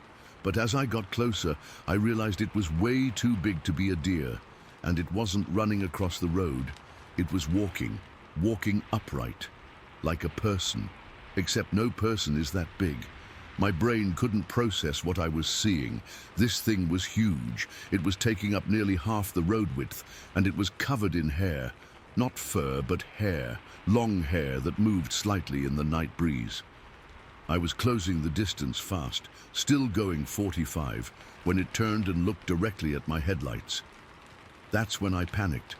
I slammed on the brakes as hard as I could. My little Civic didn't have ABS, so the wheels locked up immediately. I remember the screeching sound as the tires skidded on the asphalt and the smell of burning rubber filling the car. My car went into a skid, and I completely lost control. I spun past the creature, doing a complete 180, so that I ended up facing the way I'd come, with my headlights pointing directly at it. When the car finally stopped, I was shaking uncontrollably. My knuckles were white from gripping the steering wheel, and I couldn't catch my breath. And there it was, standing perfectly still in the middle of the road, maybe 30 or 40 feet away from me, fully illuminated in my high beams. This wasn't a bear. It wasn't a person in a costume. It wasn't anything I'd ever seen before or could rationalize away. It was massive, at least 7 or 8 feet tall, covered from head to toe in this golden brown, honey blonde hair. The hair wasn't uniform, though. It had these darker patches in places. I could see its body clearly in my headlights. It had broad shoulders, a massive chest, and arms that hung down almost to its knees. But they weren't awkward or ape-like. They were proportionate to its body, just bigger. Everything about it was bigger. Its face is what I remember most vividly. It wasn't an animal face, not like a bear or gorilla. It was flatter, more human-like, but not human. The face was slightly darker than the rest of its body. It didn't have a snout like an animal would, and its nose was wide and flat. Its eyes caught the light of my headlights reflecting back at me. I couldn't make out the color, but they were deep set under a prominent brow ridge. For what felt like forever, but was probably only seconds, we just stared at each other. My engine was still running, and the radio was still playing some stupid Dave Matthews Band song that I can't listen to anymore without feeling sick. Then it raised its arm, its massive hair-covered arm, with a hand that could have wrapped completely around my neck, and held it up to shield its eyes from my bright headlights. The gesture was so human, so deliberate and conscious, that it terrified me even more than if it had charged at my car. I was frozen in place, literally unable to move or think or breathe. The creature held my gaze for another moment, then slowly, deliberately, turned away from the road and walked into the tree line. It didn't run or bound like an animal. It walked upright, on 2 legs, with a smooth gait that seemed both natural and impossible at the same time. The trees at the edge of the forest were tall pines, and this thing was almost as tall as the first branches. And then it was gone, just disappeared into the pitch-black forest. I sat there for at least 5 minutes, engine idling, unable to process what had just happened. My whole body was trembling, and I felt nauseous. I kept expecting it to burst out of the trees and come for me, but nothing happened. The road was empty again. Finally, I managed to put the car in gear and turn around. I was so scared I almost floored it, but I was also terrified of having an accident out there alone. There were no cell phones then. If I crashed, I'd be stranded in the middle of nowhere with that thing possibly still nearby. About 15 minutes later, I came across this tiny 24-hour gas station. I pulled in, still shaking, and just lost it. I started crying uncontrollably. The old guy working there must have thought I was crazy. He kept asking if I'd been in an accident or if someone was chasing me. I couldn't even explain what had happened. I just told him I got scared driving alone at night and needed a minute. I bought a Coke and some M&Ms and sat in the parking lot under the fluorescent lights for almost half an hour, constantly scanning the tree line across the road. Every shadow, every movement made me jump. Eventually, I calmed down enough to drive again, and I took the main highway the rest of the way home, even though it meant a longer trip. The entire drive, I kept checking my rearview mirror. Every time I had to slow down or stop at a light, I'd lock my doors again, even though they were already locked. I kept imagining that thing appearing in the road ahead of me, or worse, suddenly being right outside my window. I got home as the sun was coming up. My parents were still asleep, so I just went to my old room and crashed. I slept for like 12 hours straight. When I woke up, I almost convinced myself it had been a dream, or that I'd seen a bear, that my tired brain had transformed into something else. The next day, I tried to tell my sister Amber about it. She laughed and said I probably saw a bear walking on its hind legs, which they apparently sometimes do. My friends were even worse. They teased me about drinking and driving, which I definitely wasn't, or taking drugs, which I also wasn't. Nobody believed me. But I know what I saw. It wasn't a bear. Bears don't walk upright that smoothly or for that long. They don't have flat, almost human-like faces. They don't have proportionate arms or make deliberate gestures to shield their eyes from bright lights. Whatever I saw on that road was something else entirely. I spent days in the town library after that. Again, no Google back then, looking through books about local wildlife. Nothing matched what I'd seen. Then I found this book about cryptids and unexplained phenomena. There was a chapter on Bigfoot and Sasquatch sightings. The descriptions matched almost exactly what I'd encountered. The height, the walking upright, the hair color, the human-like qualities. I've spent years trying to rationalize what happened that night. Was I just tired and imagining things?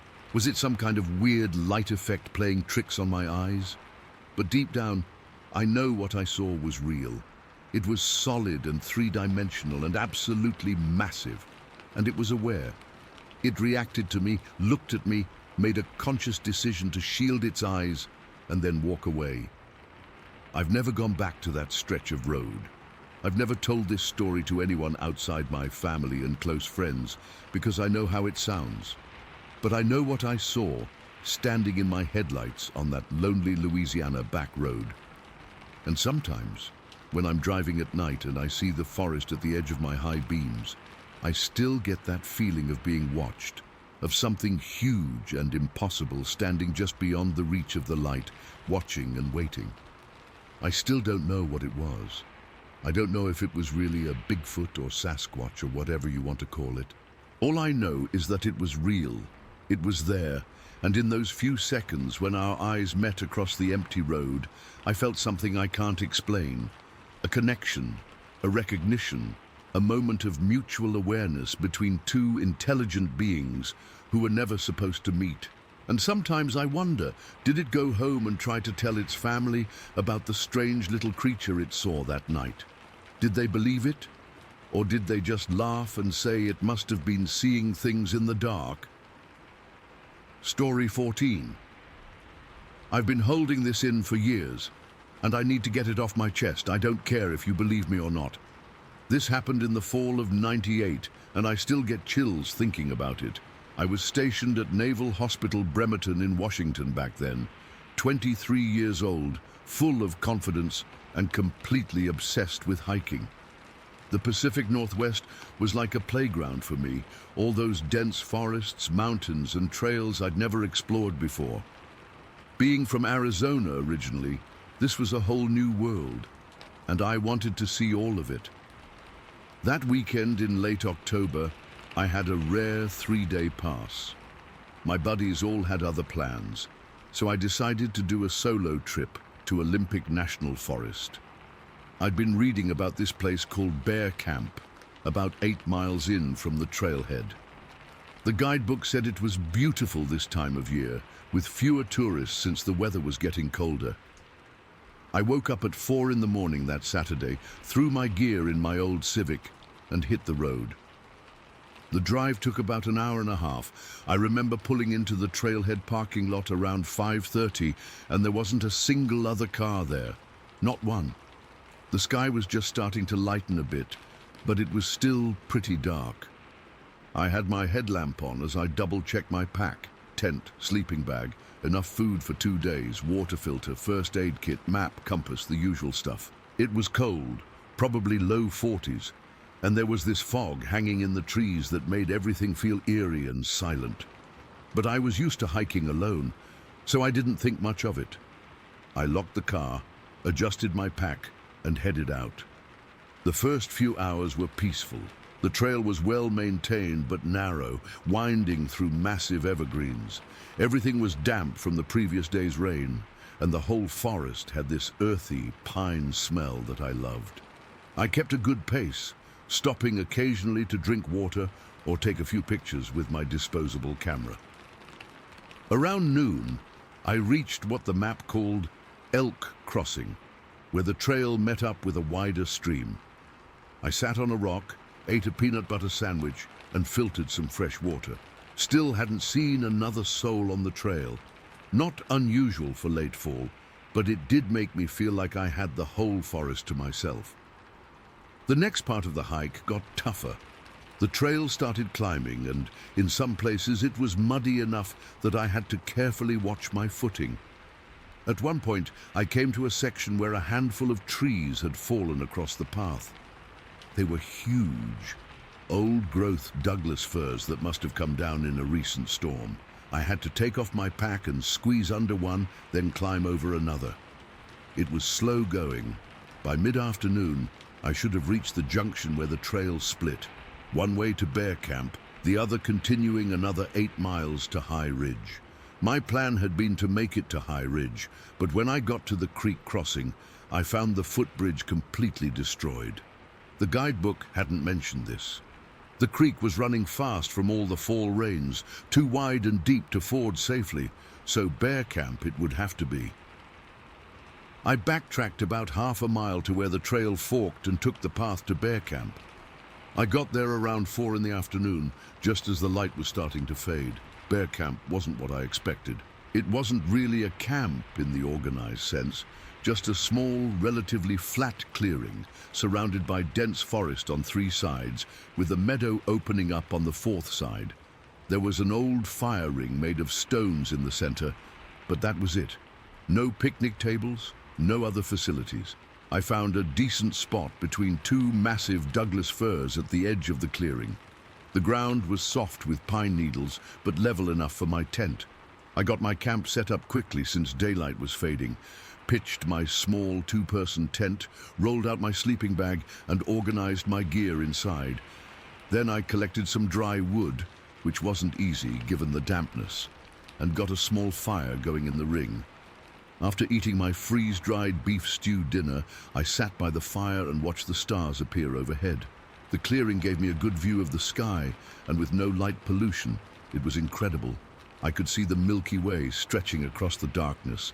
The only sounds were the crackling fire, the breeze in the trees, and occasionally some rustling in the underbrush that I figured was probably a squirrel or maybe a raccoon. Around 9, the fire died down to embers. It was getting really cold, probably mid-30s by then, so I decided to turn in. I zipped myself into my sleeping bag, pulled out my paperback copy of The Hot Zone, probably not the best choice for solo camping, and read by headlamp until I got drowsy around 10:30.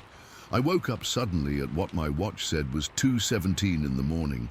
My left elbow was aching from the cold. I'd rolled off my sleeping pad somehow. The temperature had dropped significantly. Inside my tent, I could see my breath. But it wasn't the cold that had woken me up. It was the feeling. Hard to describe, but it was like every cell in my body was suddenly on high alert. You know that primal instinct we all have, that thing deep in our DNA that warns us of danger? That's what jolted me awake. Something felt wrong. I lay perfectly still, just listening, At first there was nothing, just the normal sounds of the forest at night. Wind in the trees, the occasional snap of a twig as branches shifted. Then I heard it. Footsteps. Heavy, deliberate footsteps. Maybe 10 feet from my tent. My first thought was bear. I'd had bear encounters before while hiking in Montana. They usually lumber around, sniffing for food. But this was different. These footsteps had a rhythm to them, steady, purposeful, like someone walking, except each step made the ground vibrate slightly. Whatever it was big, really big. I reached for the only weapon I had, a 4-inch camping knife I kept in my boot. Not exactly comforting when you're facing something that sounds like it weighs hundreds of pounds, but it was better than nothing. The footsteps continued, moving around the perimeter of my campsite. Slow, methodical, like it was patrolling or stalking. The sound would stop occasionally, and during those pauses I could hear heavy breathing. Not panting like a dog or a wolf, but deep, controlled breaths from something with massive lungs. Then it did something that made my blood run cold. It made a sound, a sort of low, huffing grunt, and from somewhere across the meadow, maybe a quarter-mile away, came an answering call. The exact same sound. They were communicating.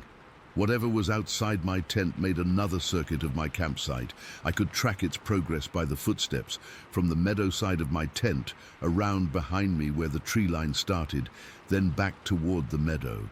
Again, it stopped at what I guessed was the edge of the tree line.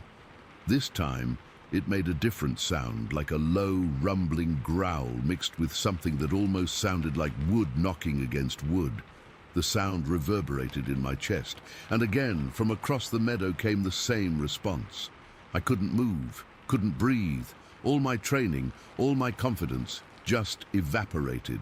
I was lying there in a thin nylon tent, clutching a pocket knife, listening to something I couldn't identify, circling my camp. The walking continued for what felt like an eternity, but was probably only 10 or 15 minutes. Then, as steadily as they had approached, the footsteps began to recede, moving away from my tent back toward the tree line, growing fainter until I couldn't hear them anymore. I waited. 5 minutes, 10, 15, nothing but silence. I'd like to say I was brave enough to unzip the tent and look outside, but I wasn't. I was frozen in place, knife clutched in my sweaty hand, ears straining for any sound of the thing's return. My mind was racing. What was it? Bear? No way. Bears don't walk like that, don't communicate like that. Moose? Too deliberate in its movements. Mountain lion? Not nearly heavy enough. I didn't sleep a wink the rest of the night, just lay there, knife in hand, eyes wide open, waiting for dawn.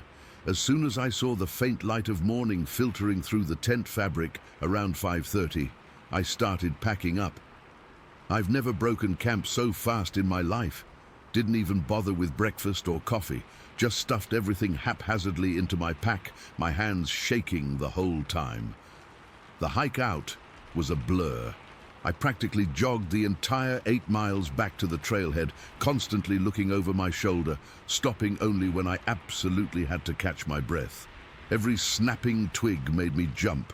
Every shadow between the trees looked like it might be hiding something massive.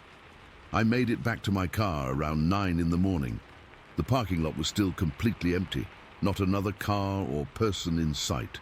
I threw my pack in the trunk, jumped in the driver's seat, locked the doors, and sat there for a minute, heart pounding, trying to process what had happened. Here's the thing that still bothers me to this day. I hiked 16 miles round trip that weekend through Olympic National Forest and didn't see a single other human being. Not one. No day hikers, no other backpackers, nobody. It was like the entire forest had been evacuated except for me and whatever that was. For years, I tried to convince myself it was just a bear. A big black bear checking me out, maybe communicating with another bear. But deep down I knew better. I've encountered bears before. They don't move like that. They don't communicate like that. And they certainly don't make you feel like you're being stalked by something intelligent. Over time, I developed a theory. I think whatever it was had a nursery or den on the other side of that stream, the one with the broken bridge that prevented me from hiking further. I think it was warning me away, letting me know I was too close to its young. The second presence, the one answering from across the meadow, might have been its mate or another adult watching over the young. I've read about other hikers' experiences since then. Strange encounters in the Pacific Northwest forests. Most people are afraid to talk about them for fear of ridicule, but sometimes late at night when I can't sleep, I look up their stories online. And so many details match up with what I experienced. I've been stationed in 4 different places since then, hiked all over the country, but I've never gone solo backpacking again. Never. I always make sure I have at least one buddy with me, and I'm always aware of what's around me in the forest. When people ask why I'm so cautious, I usually make up something about a close call with a bear. It's easier than telling the truth, because the truth is, I still don't know what was circling my tent that night in Olympic National Forest. I just know it was big, it was powerful, and it wanted me gone. Sometimes I wonder if I should have stood my ground, unzipped the tent, turned on my flashlight, tried to see what it was. But then I remember that feeling of absolute primal fear, the way my entire body was screaming at me to stay still, stay quiet, don't provoke it. I think I made the right choice, because whatever was out there that night was the apex predator, not me. And I think, deep down, we both knew it. Story 15. I've never written about this online before. It's been 10 years, and I still get uneasy thinking about it. Sometimes I wake up in the middle of the night, hearing those sounds in my dreams. I don't know what we saw that summer night at Lake Huron, but I know it wasn't human. It was summer 2014. I was 16, feeling invincible like most teenagers do. My friend Jake's parents had this amazing lakefront property on Lake Huron in Michigan, about 20 acres of land, with their summer house set back from the water. They only used it a few weekends each year, so when Jake invited me and 4 other guys to camp there for a weekend, we jumped at the chance. No parents, just us, the lake, and freedom. We arrived Friday afternoon. It was scorching hot, probably in the 90s, with clear skies, and that heavy summer humidity that makes your clothes stick to your skin. The lake looked different than I remembered from previous visits. The water level had dropped significantly due to the dry summer, exposing a wide stretch of shoreline, smooth stones, driftwood, and small tidal pools. Jake's parents weren't due to arrive until Sunday evening, so we had the place to ourselves. We could have stayed in the house, but camping outside seemed way more exciting. We set up 3 tents in the front yard, about 50 yards from the water. Jake and I would share one tent, Mitch and Ryan another, and Dan and Kevin took the third. We arranged them in a loose circle around where we planned to build our fire pit. By late afternoon, we had our campsite ready. Jake's dad had a huge stack of firewood behind the shed, so we collected a massive pile for our bonfire. As the sun started going down, we got the fire going and sat around talking, eating chips, drinking the sodas we'd brought, and yes, a few beers that Dan's older brother had bought for us. We walked along the shore before sunset, skipping rocks and planning what fishing spots we'd hit the next day. The shoreline stretched further than usual because of the low water levels, revealing areas that were normally underwater. Jake pointed out good spots where his dad usually caught walleye and bass. The whole time we were out there, I remember feeling this strange quiet. There weren't many birds or insects making noise, which I thought was weird for a summer evening, but I didn't mention it to the guys. After the sun went down, we hung around the fire, telling stupid jokes and scary stories. Kevin was midway through some story about a hitchhiker ghost when I got the first weird feeling. It was like being watched. I kept glancing toward the tree line behind the house, but it was too dark to see anything past where our fire illuminated. The moonlight was minimal that night, just a sliver of a crescent, which made the darkness beyond our campfire feel absolute. Around 11, we crawled into our tents. Jake passed out almost immediately. He'd had more beers than the rest of us, but I couldn't sleep. I lay there listening to the sounds outside. The lake water lapping at the shore, the occasional crackle from the dying fire, distant owls. Then I heard something else, a snapping twig, then another, coming from the direction of the trees behind the house. I figured it was probably a deer or raccoon, but it still made me uneasy. I poked Jake, but he just grunted and rolled over. At around midnight, I heard the other guys outside the tent. Mitch was suggesting we go for a night hike along the shore. It sounded better than lying awake in the tent, so I unzipped my sleeping bag and crawled out to join them. The fire had died down to embers, casting a dim red glow over our campsite. Ryan had already grabbed flashlights from his backpack and was handing them out. "Should we wake Jake?" Ryan asked, pointing to my tent. "Nah, he's dead to the world," I replied. As we were getting ready, I noticed something odd. The third tent, Dan and Kevin's tent, was shifting slightly, like someone was moving inside. I figured they were getting ready to join us, but then I realized that both Dan and Kevin were standing right next to me by the fire. "Hey, is someone in your tent?" I asked them, pointing. Dan looked confused. "No, we're both here." I focused on the tent again. There was definitely movement inside, the nylon walls bulging outward on one side. My first thought was that some animal had gotten in there looking for food. "I think something's in your tent," I said, a little louder. Everyone turned to look. The movement stopped instantly, like whatever was in there had heard me. That's when I felt the first real twinge of fear crawl up my spine. "Probably just a raccoon," Mitch suggested, but he didn't sound convinced.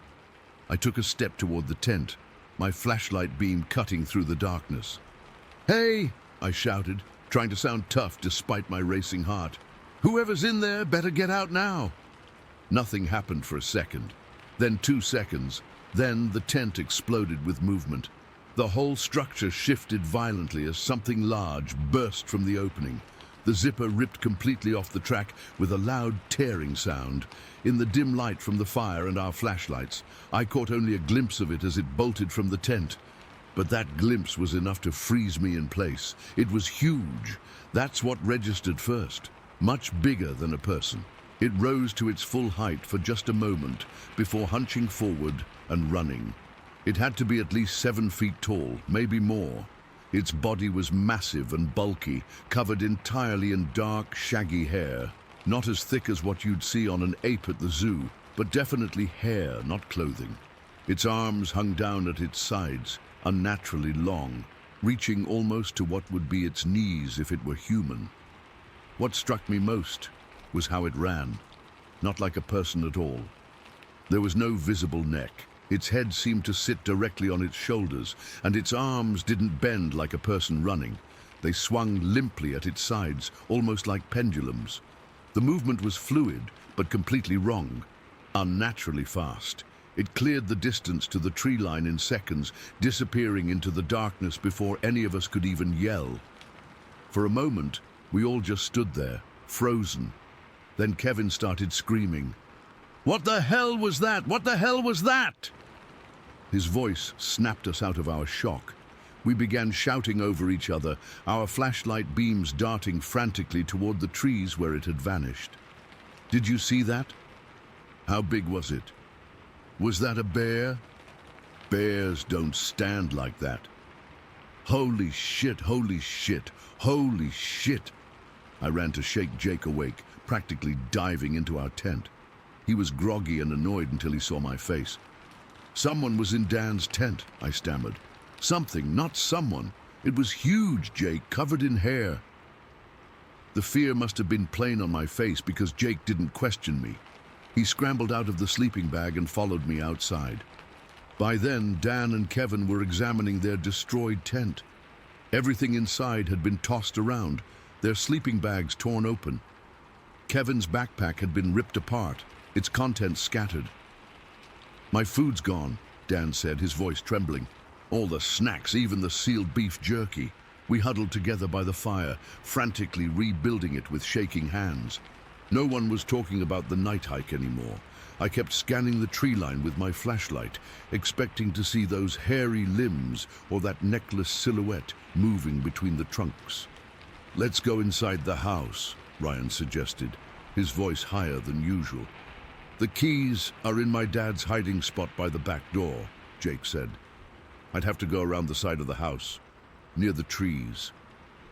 None of us volunteered to go with him. The house suddenly seemed impossibly far away, with too much darkness between us and safety. "Let's just stay by the fire," Mitch decided. "Animals are afraid of fire, right?" "That wasn't just an animal," I said, my voice barely above a whisper. No one disagreed. We decided to all pile into the largest tent, mine and Jake's. 6 teenage boys crammed into a 4-person tent with our flashlights and a couple of baseball bats we'd brought for a game the next day. Nobody slept. We sat in that tent talking in hushed voices about what we'd seen. "It was a Bigfoot," Kevin said eventually, saying aloud what I think we'd all been thinking. "It had to be." "That's not real," Ryan said, but without conviction. "Then what was it?" I challenged. "A bear doesn't run on 2 legs like that. A person isn't that big and doesn't move that way." "Did you see its face?" Dan asked me. I hadn't. It had moved too quickly, and in the dim light, I'd only caught its profile and general shape. No one else had seen its face either, which somehow made it worse. A faceless creature haunting the edges of our campsite. Throughout the night, we heard noises from the forest, cracking branches, heavy footfalls. Once, something that sounded like breathing, deep, ragged breaths, seemed to circle our campsite. We clung to each other, too terrified to look outside. I don't think any of us slept more than a few minutes at a time. When dawn finally broke, we emerged from the tent exhausted and on edge. In the daylight, everything looked normal, peaceful even. Birds were chirping. The lake sparkled under the morning sun. It would have been easy to convince ourselves we'd all shared some mass hallucination, except for the destroyed tent and scattered belongings. We decided to pack up immediately. As we were dismantling the campsite, we heard it. A deep, powerful grunt from the forest edge, followed by a strange, undulating sound, almost like woo, ooh, ooh, that varied in pitch. It was loud enough to carry clearly across the yard. The sound raised every hair on my body. It wasn't an animal sound I recognized, and it certainly wasn't human. "Let's get inside the house," Jake said, abandoning his half-collapsed tent. We grabbed what we could and ran for the house. Jake fumbled with the hidden key, his hands shaking so badly he dropped it twice before getting the door open. We piled inside, locking the door behind us. From the safety of the house, looking through the windows, we searched the tree line for any sign of the creature. In the daylight, we could see where it had entered the woods, a clear path of broken underbrush and disturbed ground. Jake suggested we look for footprints or other evidence, but nobody was eager to go back outside. Around noon, when the sun was high and we'd calmed down somewhat, we ventured out together, staying in a tight group. We examined the ground around the tent and the path leading to the trees. The ground was too hard and dry for clear footprints, but we found several broken branches about 7 feet off the ground, higher than any of us could reach. Near the tree line, we discovered tufts of dark, coarse hair caught on a thorny bush. Kevin wanted to collect it as evidence, but none of us had anything to put it in, and nobody wanted to touch it. We spent the rest of the trip inside the house, only going out during broad daylight to fish from the dock. At night, we locked all the doors and windows, pulled the blinds, and slept in the living room together. Twice more during the weekend, we heard those distinctive grunts and wooing calls from the forest, always after dark. Each time we fell silent, listening, our eyes wide with fear. When Jake's parents arrived on Sunday evening, we debated whether to tell them. In the end, we decided against it. They wouldn't believe us anyway. 6 teenage boys claiming to have seen Bigfoot on their property. They'd think we were making it up or that we'd been drinking more than just a few beers. I've spent 10 years trying to rationalize what happened that night. I've read about bears standing on hind legs, about the tricks shadows and firelight can play on your eyes, about how fear can distort perceptions. None of it explains what we saw. The way it moved, the sounds it made, its impossible height, and those unnaturally long arms. Sometimes I convince myself it must have been some kind of rare anomaly, a bear with a deformity or a particularly large wild human living in the woods. But then I remember the hair on its body, that hunched posture, the absence of a neck, and I know it wasn't anything that's supposed to exist in those Michigan woods. I haven't been back to Lake Huron since that weekend. Jake's family sold the property 2 years later. He never told me if they experienced anything strange, and I never asked. The 5 other guys and I still keep in touch, but we rarely talk about what happened. When we do, it's always in that tentative, uncomfortable way people discuss things they can't explain. I still don't know what was in those woods by Lake Huron.